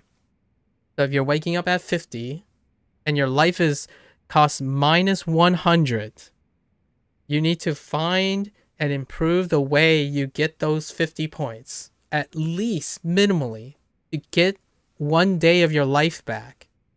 And then when you do that, that -100 becomes -99. Because if you keep that -100 the same, and you're constantly focusing on making that 50 faster, every time you do that -100, it becomes -99, 98, 97 with practice, intuitively. You don't even have to worry about it. You just do it. Get her done. That becomes lower. Wow, you can focus on a thing that practically makes you excited. How to make yourself feel better even faster, even more efficient. And for me, that's what happened. Let me describe to you what happened yesterday. I'll give you a story about what happened yesterday. It was Mother's Day yesterday. I don't know how international it is, but it was Mother's Day. And my sister visited from her military duties just by happenstance. But my sleep schedule doesn't align with everyone else's schedule, right? We wanted to go and see my sister off. She returned. Now she's probably overseas again. But the idea is it would involve a road trip, eating, staying awake. So to describe this is I went to bed 30 minutes before my mother came home, made as much noise as she can possibly make, keep me awake, and then my sister got up, And she did the same. And then my father got up and asked me, do I want to go on the road trip? There are many factors. I didn't know when they were going to go until that day, so I couldn't plan for that. I couldn't plan when they decide, where they were going to go, when they were going to go, what they were going to do, and when I was going to sleep. And I still did it, and it was no problems. Like, I even came home on 30 minutes of sleep, and I ran my 2.5 miles and resumed my schedule for the day. So, and without feeling much of a difference the following day. So if you challenge your current system, if you think you have a great net positive right now, your routine, challenge it and see how fragile it is. Because I can probably say with great assurance, in my opinion, if you have a lot of insecurities, in my opinion, a lot of insecurities when you're on the internet and you're not actively, constantly over the moon and engaged on things on the internet, you are stepping on eggshells already for anything else. Because the internet has one of the lowest barriers of entry. Like, what I mean is the bar is set so low because the internet, the controller is you. Like, you can turn it off or turn it on. It's the greatest bottom line. Like, one of the greatest bottom line. Next time when you ask yourself, hey, someone randomly shows up and asks you, could you help them spend the whole day to move something? Just think about how much negative it is compared to the internet. And then, you know, it gives you a little bit of perspective in the sense that, okay, so how do I mitigate that and how I maximize that? The internet is the ultimate recharge battery. So instead of trying to think of the internet as a way to compensate for your negative mindset, what I mean by negative mindset, I don't mean like, oh, it's raining and I hate it. I mean your body, you're out of, you're in negative territory energy. You got to maximize it somewhere. Where are you going to recharge? Well, for me, honestly, the internet is probably supplying 15% of my energy. The others is my one meal of the day. Well, 1.5 meals of the day. My working out is providing positive energy now. My running is providing positive energy now. I actually used what I've already done now, the internet and gaming, to offset how negative the running energy experience was. In fact, it's like, when I mean positive, it's like a 2, like a +2 at the end. When the run ends, I'm like a +2. I go in with like, I spend like maybe 1 energy to start, right? Then it gets negative, negative, negative. And it ultimately, right when it ends, it shoots up. My dopamine just shoots up. So overall, it's a net +2. So when I start, it's hecka negative. So when I wake up, I have to feel at least above a 20. Like, I need at least 20 energy to even start my day. My day starts with running. It's the first expenditure. Not even talking about going out, washing my face and brushing. That's negligible. That's like +0. There's no gain or loss from it. So every day I have to make sure to start my day, I must sleep and wake up with at least 20. And then everything falls down. So my biggest expenditure to start is running. And this goes into one more digression, but I will save it for another topic. But you probably have heard, just a slight hot take, you probably have heard the whole idea of starting when you get up, tackle the most difficult thing you have for the day with the plan, with the vision, intentionally tackle the thing, and then slowly slide down. in effort. That's what it means. So that's what it means, and that's how you can organize your day. You don't have to organize your day that way, but the most intuitive way, often the most relaxing way for our biology, our circadian rhythm, our psychology, is that when you sleep and you get up, your body expenditure energy is it is at its peak at the moment. That is the measure of your ultimate task. Intuitively. Not everyone does this. I used to do the way where I tackle the easiest tasks last, measure how much I need before the evening's over to enter that task. But ultimately, that evening task will be far lower than my early rise task.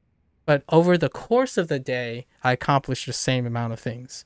So you can make that work. But the one thing that you can appeal to someone who doesn't understand the mindset, the perspective, psychology, and all that is intuitively, when you get up, you are likely to be at the peak of your energy that's available. And you can challenge it with the hardest task you can do. But here's the thing. That hardest task has to come out not so negative that you've expended it all. So, for example, running takes 20 energy. So I have to get up. I need at least 20 to get the run. But if the run comes out net negative, I won't be doing anything for the rest of the day. Right? That's kind of how the math works. Now, what I did when I was preparing the running is I'm usually plus 50. So I can run, sacrifice the 20 points. They're just gone. So I'm at a 30. So I asked myself, what can I do that is kind of hard like running, but distributed across the day? Or how do I get the rest of the day to feel almost as hard as running did in that small amount of time? I need to spread my energy across. And then where can I gain more energy? So the idea is you're going to be performing far lower than the task you have. But now running is a net positive. So as long as I can clear the cost, so on the worst days ever, if I wake up with 20 energy, no matter what, I'll go running because I will be plus 2 at the end. But you have to get over your activation energy. So for example, how does this correlate? Now we're just going to take it back to conversations. You're looking at your object. Why is there insecurity about initiating a conversation with the person? Well, the outlook is that it's probably going to give me 0 points. It's going to probably cost me points, right? Because if I say hi to a stranger, let's say it's -2 to say hi to a stranger. But your outlook is that they probably don't care about you. So you get 0 at the end. But what happened is you lost 2 because the initial investment of 2 gets you nothing, right? Most of the time. And that's a realistic outcome. Like the irony here is the stranger is probably similarly thinking the same way. And that's how it feeds back on each other. So if you're on the internet and you're having that outlook and it's representative of the majority outlook, they're probably thinking the same thing. So the idea is the likelihood of that happening is not going to help, right? It's not going to increase your odds. My goal is to get a +1. Just have to get plus, right? Plus anything. And I'm willing to spend up to 20 energy just to do it because I have that much energy. Or you could say you come into the internet and I already have 30 energy. Well, what does that mean? I can do it 15 times and hope to get a +1. So the goal here is you're maximizing the amount of energy you have left for a task you have to spend on, not a task that has to give back. When you go on the internet, the vast majority of people are looking for money back. They're looking for positive energy back. When they get off the internet, they have to feel better than where they started. I don't. When I get on the internet, I could feel worse when I get off the internet, but it won't crush my bank, right? The internet costs, I'm willing to spend money, spend energy going on the internet. So what does that come out with? What are my benefits for doing that? I use the internet as a tool to learn at the cost of my energy. If you go into something and you're not spending anything, you're not learning anything either, in my opinion. Like, we're not talking about like specifics, semantics and stuff. We're talking about energy management. You did not learn anything about energy management, because what you're doing is you're hoping something free energy comes out of not putting in any energy. The chances of that happening is the highest on the internet. It's the closest thing you can get to free energy. As in, you log in, it takes 0 effort, and you're hoping to get more energy from putting in 0. So if you want to give yourself a hard reality check, in my opinion, can be a really harsh one. Name a thing where you put in 0 effort and you get something back. Like, consistently, all the time. You put in 0 effort and you get something back. You're probably going to be naming everything that probably constitutes as a hobby, or anything that constitutes as you lazing around and not doing anything. But how much are you getting from those things? I'm going to tell you that you're not getting that much. You're not really getting that much. And the petting a cat thing is a great example. So support animals are actually is a more extreme case of this. When you pet a cat, we'll just say maybe like -1 to pet the cat, but the cat will likely give you like +3 back, right? How do you maximize petting a cat? Well, think about it. So you're going to have to put in time. So you're going to expend, like, say, make petting cat, I'm willing to spend -4 energy to increase the efficiency of the cat. So now, yeah, your threshold went up. So now it costs 4. But the chances, because you did the -4, the chances of you getting just +2 or +3 can end up being +14 or 15. So one thing, a great example, not really a cat example, but a dog example. Say you're walking the dog, right?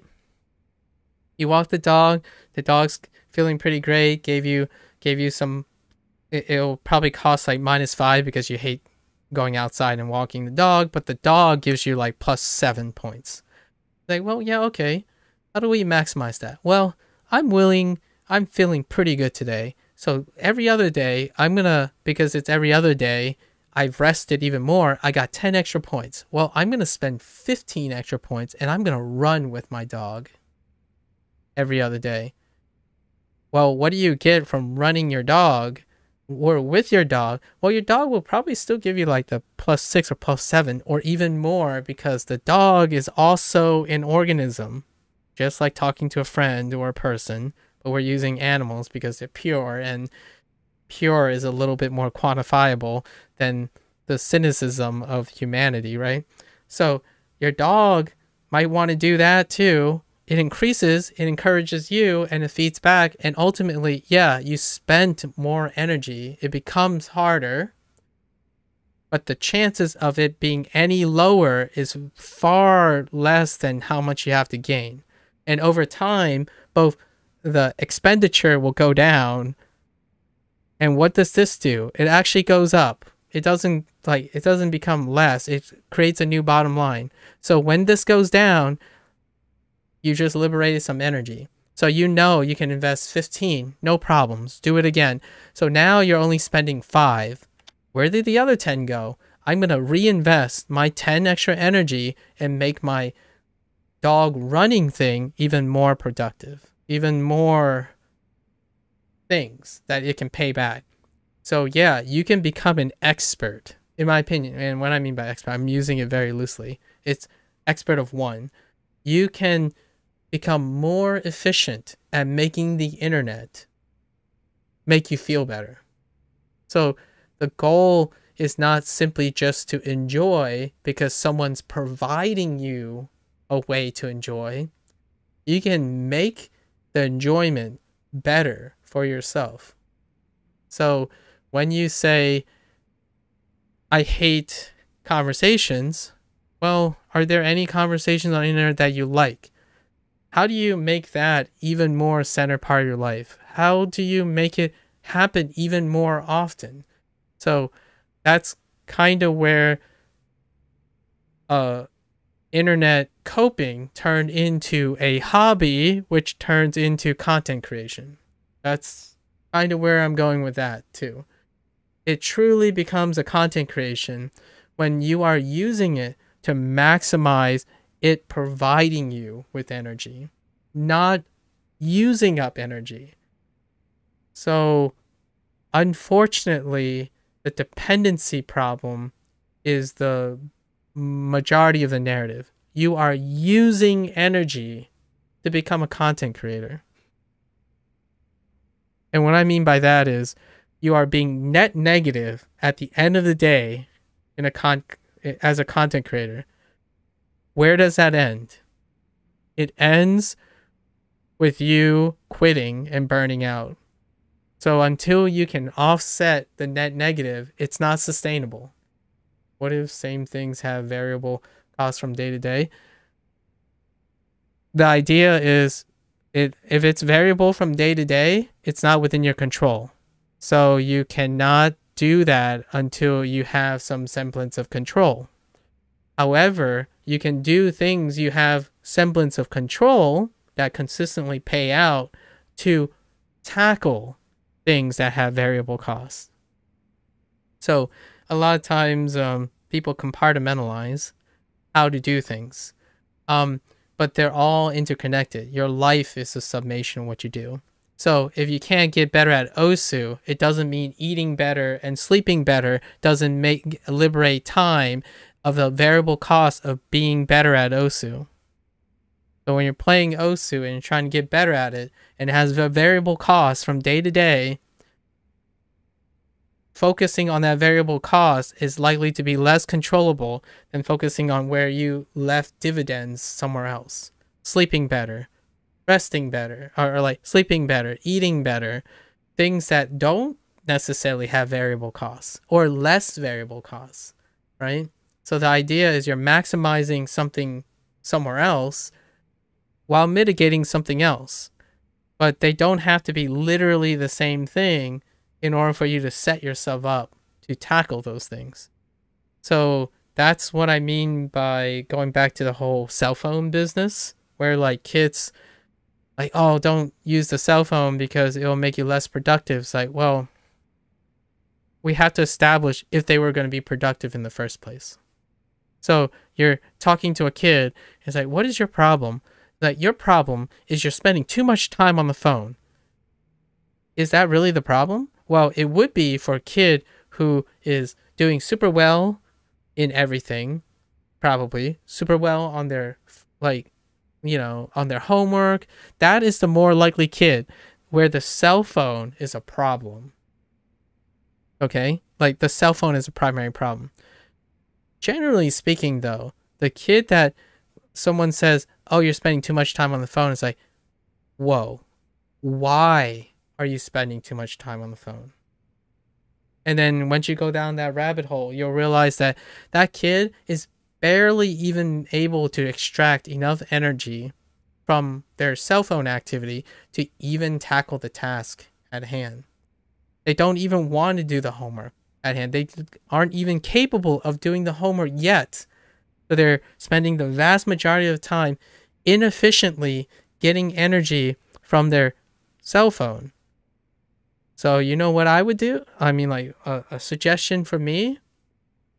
I would help that kid find out how to either substitute for the phone or find how to reform and make it produce more energy for the kid. If the kid is really adamant on the cell phone, on the smartphone, providing their source of energy, well, they better get good at it. You got to get good at getting more energy. And then the sooner they liberate enough energy from it, they are going to be able to tackle other tasks. That's before this whole internet, like, technology revolution, right? It's an old hat in a new disguise. Most boomers think solutions are the solutions they understand. Yeah, most women think the solution is just, yeah. So most boomers, people who are older, cannot relate to the solution that is offered, right? So they have to, it's rational to do something they are familiar with. So going outdoors is a way to get more energy prior to the internet revolution. So their source is they're doing the best they can, the things that they know that will give them energy. However, to communicate that, it requires awareness of the kid and the older people. So in both cases, they must communicate. They must be able to reach a competence level where you have to ask them, you ask a kid, can you do homework without going on the smartphone? When do you use your smartphone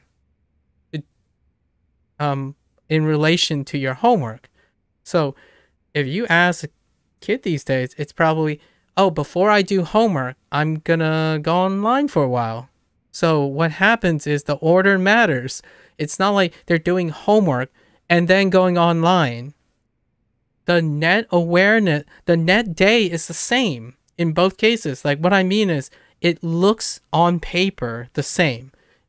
And to older people back in the day before the internet, they think it's the same. Where you do the work, right? You do the homework, then you get to play. If you play first, you still have to do the homework. And in the net span of the day, they would prefer you do the work before you get online, because the work is obligational, online is not. That's where their interpretation fails. What if they needed to go online in order to do homework? Right? That is not an option. That's not an interpretation. Like, well, here's the thing. And I'm going to be very blunt about this, and because I do care about parents. Like, I want to be I want to be a future great parent, right? One thing I would ask my child first is that, what did I do that sapped them with so much energy? That what kind of environment have I produced as an adult who has most of the control outside of the internet? The one thing they have control over. Obviously, you even take that away from them, right? So, what did I do to make an environment where my child decided that they have to go online to be ready to do a task like their homework? What am I not providing? What happened to their environment? Are they getting enough sleep?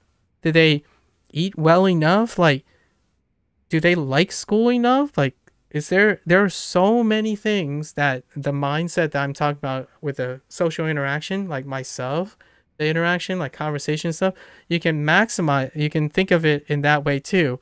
For a child, like, wait, but there's something I can do that I can control, not whether they use the internet or not, because they're going to find out a way to use the internet or not. Like, what can I do to make them so filled with energy that the online isn't even that important either? Like, they don't need that energy. And then you can make the argument.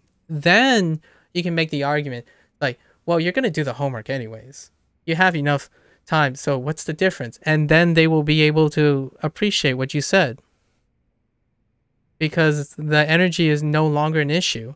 If they already have 40 energy and they decide their homework costs 20 energy, it doesn't matter if they do it before or after.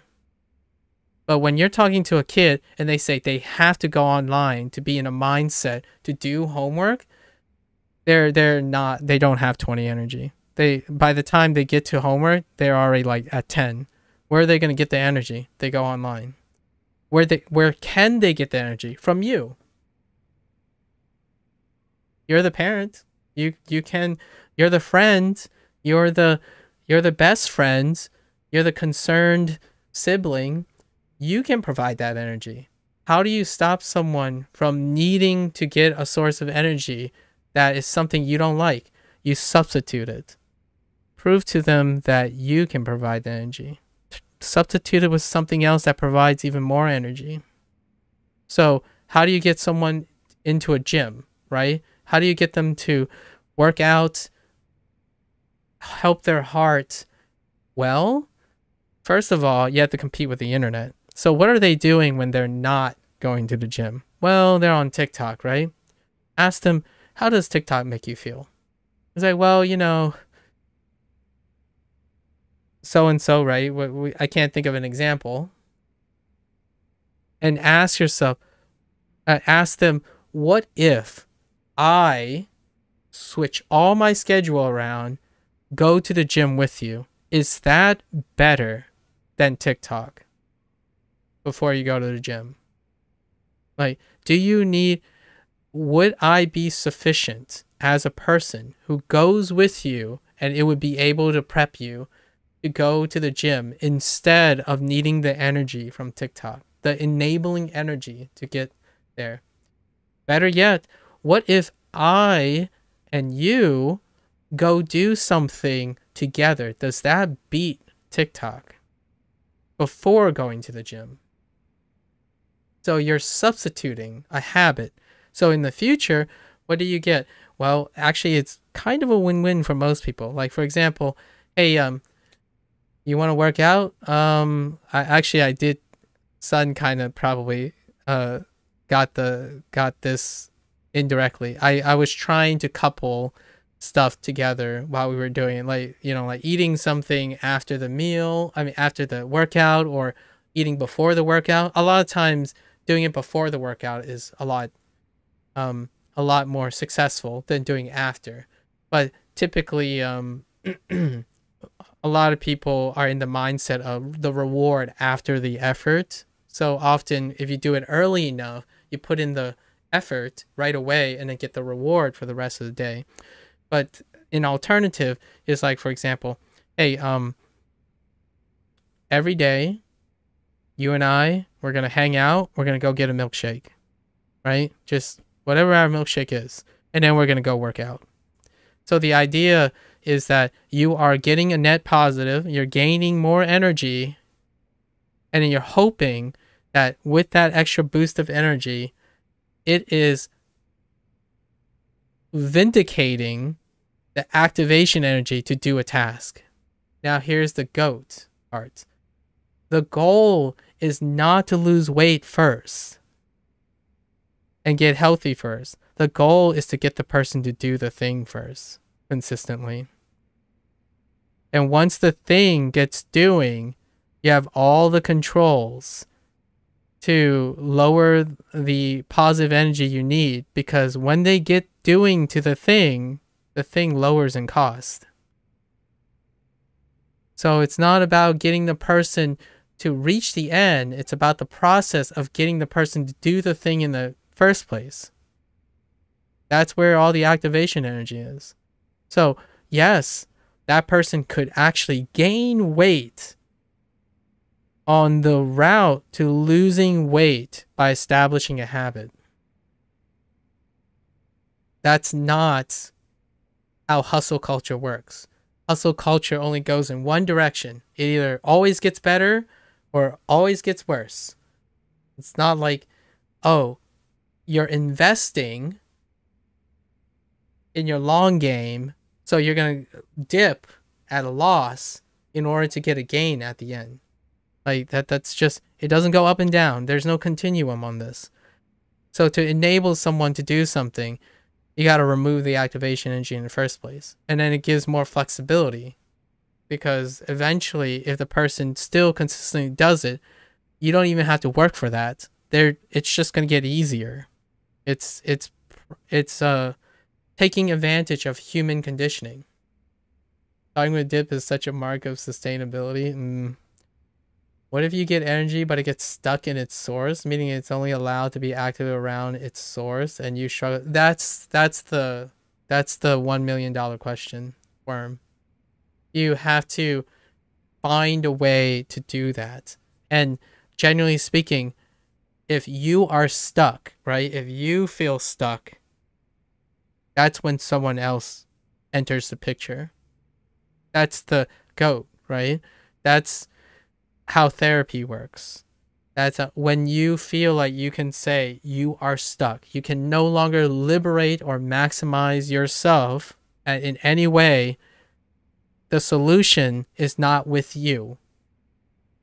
The solution lies elsewhere. There's no other thing more powerful than a solution you cannot conceive because you are stuck. So that's when you understand you've raised enough self-awareness that you are stuck. The person that can get the thing or object or anything that can get you unstuck is outside yourself. Otherwise, you wouldn't be stuck in the first place. So that's kind of the goal. And unfortunately, if you are very young and inexperienced, if you didn't have enough time to do a lot of things, struggle with a lot of things, or you're going to feel like you're going to be stuck until you find a solution, until you expose yourself to a solution from an outside source, then that becomes part of your wheelhouse. So the older you get, a lot of people say this, which I'm not sure how I like the wording. When you get older, generally speaking, compared to your younger self, you become more relaxed, less temperamental, you become more adaptive. It's like, yes and no. You're no more adaptive and competent than you were before. It's just you are more familiar with more things now. So technically, yes, you're adaptive per se, but it's the cost of exposure has reduced things. Overall, you're still like a guy with 100 energy. Now you just lose less energy from exposure. And with that extra energy, it makes it look like you're doing more with it. And technically you are, but the person you are, it doesn't vary that much. And it's like strictly talking about semantics. In fact, I would even argue it actually goes down over time. So like you start at 100 energy, right? Typically you're doing your best to keep that at 100, or maybe rarely above 100. But generally speaking, past a certain age, past like your prime, your energy max is going down. Your overall constitution is going down. But the thing is, you're maximizing constitution because you gain experience, and experience makes you milk the same unit for more things. You become more efficient, basically. And when I think of adaptive, that's not quite the word I would say. I would say you're more efficient. So things like, it doesn't guarantee like something becomes less dangerous to you. If you get stabbed by a knife and then you get stabbed again, it's still going to cost something. But the thing is, your interpretation of the pain and the worse how bad it is due to experience. But your body expenditure is still more or less, it stays rudimentary. Like it stays, you still have a finite resource. You have a cap, right? But how you deal with the cap and how you efficiently use the cap is within your control. At least if it doesn't feel like it's in your control, an outside source. It's the outside source. It's the GOAT. The downside of that is it's luck based, right? And how do you play luck? You increase the odds. and that's the goal. And that's what I feel adults still get correctly, in my opinion. Like, get usually encourages overall, in the end, the one thing that it culminates in is increasing the probability of luck happening. If all else fails, the goal is to increase happenstance. Everything is confusing. You have no idea what to do. Increase happenstance. Because, boy, if there's one thing you can rely on, is that humans will do their darndest until the day they cannot, or the days they cannot, to be happy or to desire something for themselves. Like, you know, until then, like, until you lose that, which is like, those humans do not stay around very long. Until then, we can say pretty confidently, at least I could say pretty confidently, the human condition suggests that you can rely on a human being with enough luck and happenstance to pick something that will ultimately serve themselves to come out of a negative situation. So the goal is, if you're just completely baffled, you want to live life like carpe diem and stuff. What is carpe diem? Live life one at a time. It maximizes your happenstance. You're not even worried about what may happen or what would happen. You're simply placing yourself in a situation where you just seize as many opportunities as you can and hope it works out. And the goal of that is, it's intuitive. Humans see opportunity when they see it. And what I mean by that is, they don't see all the opportunities when they're presented. They see the opportunity when they can see it, right? The 727, etc. But the idea is, all else fails, increase your odds. Just keep increasing your odds. How to at least get something from a roulette table? Bet on every single number. Like, you will still lose less than betting on one number all the time. You will still end up consistently getting something, even at a loss, right? So say, like, you have 1,000 chips. Well, let's just say you have 36 chips, and you bet 1 on every number, 1 through 36, instead of betting all 36 chips on the number 1. In the end of the day, at the cost of 36, most of the time, outside of that one time, when you get really lucky, you're already reducing the amount of luck you need, because you always get 1 chip back, instead of losing all that. So over time, if you play 36 games, you might get those 36 chips back, right? But you already got 36 chips back. You see what I mean? Like, what I mean is, you got lucky 36 times, quote unquote lucky. You won 1 chip back at the cost of, but in the end of the day, which one do you prefer and where the balance is? So for most humans, just put yourself in a changing environment, etc. Like, you put yourself in where if you have no way, you're stuck, you have no idea what to do anymore. You have to place yourself in a situation where you can't possibly anticipate what's going to happen. And may luck bless you. I wouldn't get that too. I wouldn't rely on that. That's more like a bottom line kind of deal. Like, you're just absolutely stuck and whatnot.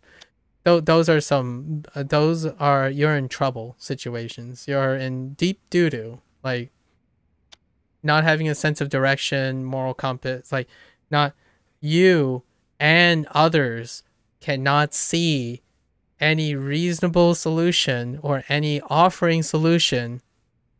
That is rock bottom. So saying when I say I make my luck, that's what I mean in general. That's what I mean when I say you make your luck. And when it's a manipulation of happenstance. In the end of the day, that one discovery is the cost of all the chances you've taken. So even for the person who try long enough for that one win, they have to try long enough for that win. How long you want to wait, you got to stack the odds. Are you a 1 chip on 36 number kind of guy and hope that one of those chips lead to another investment forward?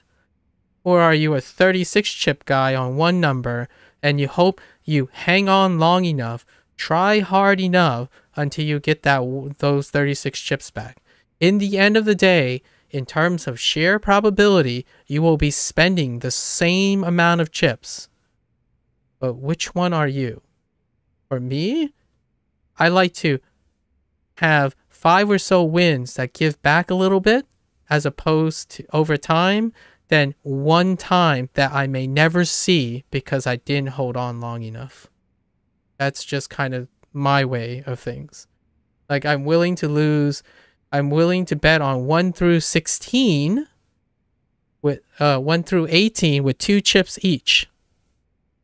I only said the 2 extremes. I'm willing to bet 2 chips on 1 through 18 and get those back with the same amount of input than 1 through 36 or all 36 on 1 number. And you have to ask yourself, where are you in between in terms of making your own luck? That's kind of the exposure theory of like how to incorporate mere exposure to offer like inspiration and habit formation. So here's one last thing. Here's a mere exposure and a lot of other things, but we're gonna focus on mere exposure. If you play one Yakuza game and you hate everything about Yakuza, it's completely alien, all that other stuff you hate. If you play 2, the likelihood of you hating it as much as 1 is almost non-negotiable. Even regardless of what you know or what you don't know, if you do it again, you're still going to hate it less than that. And you might be thinking, nah, I can hate more than it's like something else came into play. Because the first time something else came into play. You're playing, you changed the rules of the game. When you get poked once and you get poked again, the first one's probably going to be there. And then you might be thinking, nah, the second one hurts more. The second one was probably did hurt you more. We're talking about intellectual, like human conditioning. A repeated exposure gets normalized. That's you can convince yourself otherwise. That's fair. That's all right. I believe you.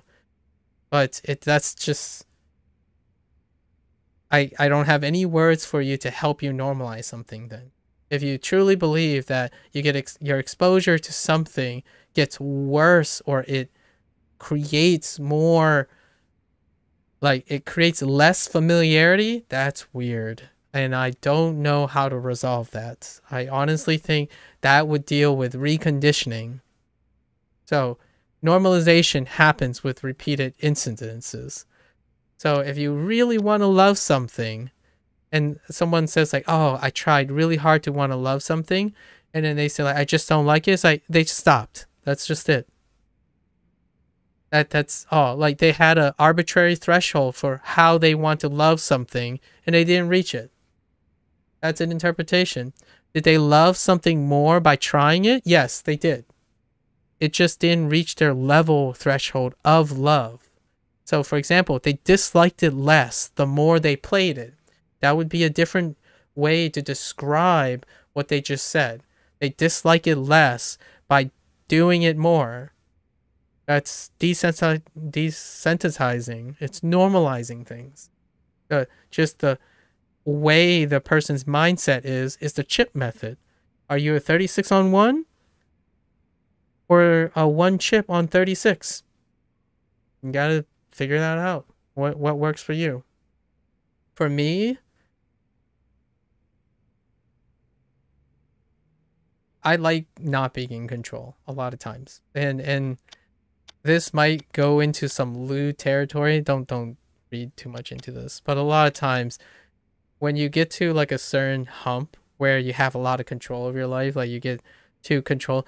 Typically, it's very healthy to explore situations where you're not in control because it helps balance your perspective, right? You know, like you want to be submissive at some point when you're really dominant a lot of times, and that's only in reference to the person themselves. So they're exploring something that they don't usually explore, because when you keep exploring the same thing, you're normalizing it and it becomes boring.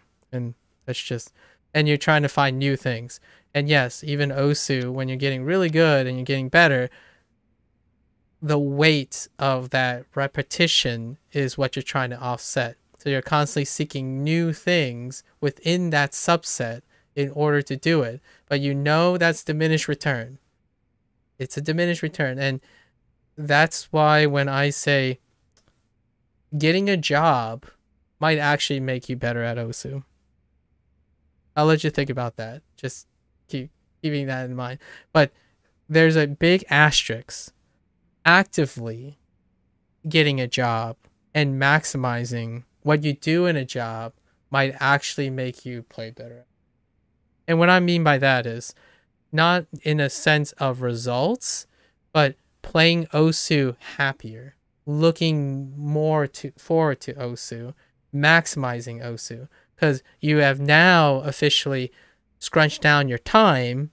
So what will you intuitively do? You will try to maximize the limited time you have. So the more constraints you place on yourself, if you're a healthy individual, you step up to it. So you become more creative. How if I had 8 hours to enjoy Osu, how do I do it in 1 hour? Have I enjoyed Osu less because I played Osu less? Actually, no. I actually enjoy Osu more by playing less. Offers, don't monk at me. You do that all the time. When someone returns to Osu after a break, it's not the greatest one-to-one analogy, but that's kind of how it works. You're desensitizing yourself to relive something by hypersensitizing yourself, by removing it for a while and then reacclimating. So it comes even within doing the same thing. So taking breaks is a double whammy, or not a double whammy, but it's a double plus. Not only does the rest desensitizes you to so many of the things that require the task to do, you're reconsolidating and you're taking advantage of biology and all that stuff, and it lines up your intellectualness, your feedback, even your emotional status. And then when you go back to doing it in a rested state, it incorporates pretty much everything I was saying. High energy, maximizing energy. You had some time, hopefully, to find ways to incorporate and maximize your rest. Go into the task you have at the expenditure, and then because of your way away from the task, and maybe it limits the amount of tasks, you're also intuitively going to try to maximize what you're getting from the task. So if you're not into this whole exhaustive, like, oh, I don't want to know all this, like, what's the self-awareness? Like, I don't want to think about these things. Well, you don't have to think about it. You can actually coach yourself to doing it intuitively. And to sum up, like, the last 3 hours, I guess, that I was digressing far too far, is that to coach yourself to do it intuitively is get yourself to do something sustainably. That's one. Get yourself to do sustainably. That took like 3 hours to explain, which I don't like hot takes. So these are the take-home messages. Get yourself, if you want to do something, you have to know if you can do it sustainably with the most highest consistency that you can muster. And that consistency have to be consistent enough for the task to become easier. Okay? So that's one. Tasks don't have to be associated with each other in order to benefit each other. You have to look at your expenditure of your own motivations to see if you can use unrelated tasks to bolster each other. So what I mean by that is it's not intuitive, but anything that benefits you will benefit everything. With a lot of exceptions, but we're doing hot takes, right? So whatever benefits you, it can indirectly benefit you somewhere else. Because mindset, positivity, energy, that relates to any task you do. And I think those two are pretty good summations. The third one is, if all else fails, right? Put yourself in a task you have no idea what's happening, and just go for it. So like, you're in a rut, you're just so bored. Do something new. It doesn't matter what it is. If you hate it, just do it anyways. It's like, if you think you know how to, okay, if you think you hate it, you know too much about the task. Okay? That's a good check. If you think you're going to like it, if you're going to think you hate it, it's not new enough. That's what I would say. So that's the third take home. That's the penultimate thing. If you think you're going to hate it, if you know how you're going to feel about it, you know too much about it. So find the thing you know the most least about and try to do it and see if you can actively get something from it. So when you're doing something and you say, I'm more likely going to dislike this, it's not new. Stop it. That's not going to help you. So if the first two don't work intuitively, your third is to do a task you have no idea what the outcome is. It's just whatever. I might like it, I might hate it. It's about 50-50. Go for that one. If you think you're like 78, maybe like 70-30, that's too much. You already know too much. That's kind of the deal. So with that said, then Yakuza was one of those tasks, because I really did not know if I was gonna like it. Like I thought I might like it because of the idea, like, yeah, but man, there are things. Oh, all right.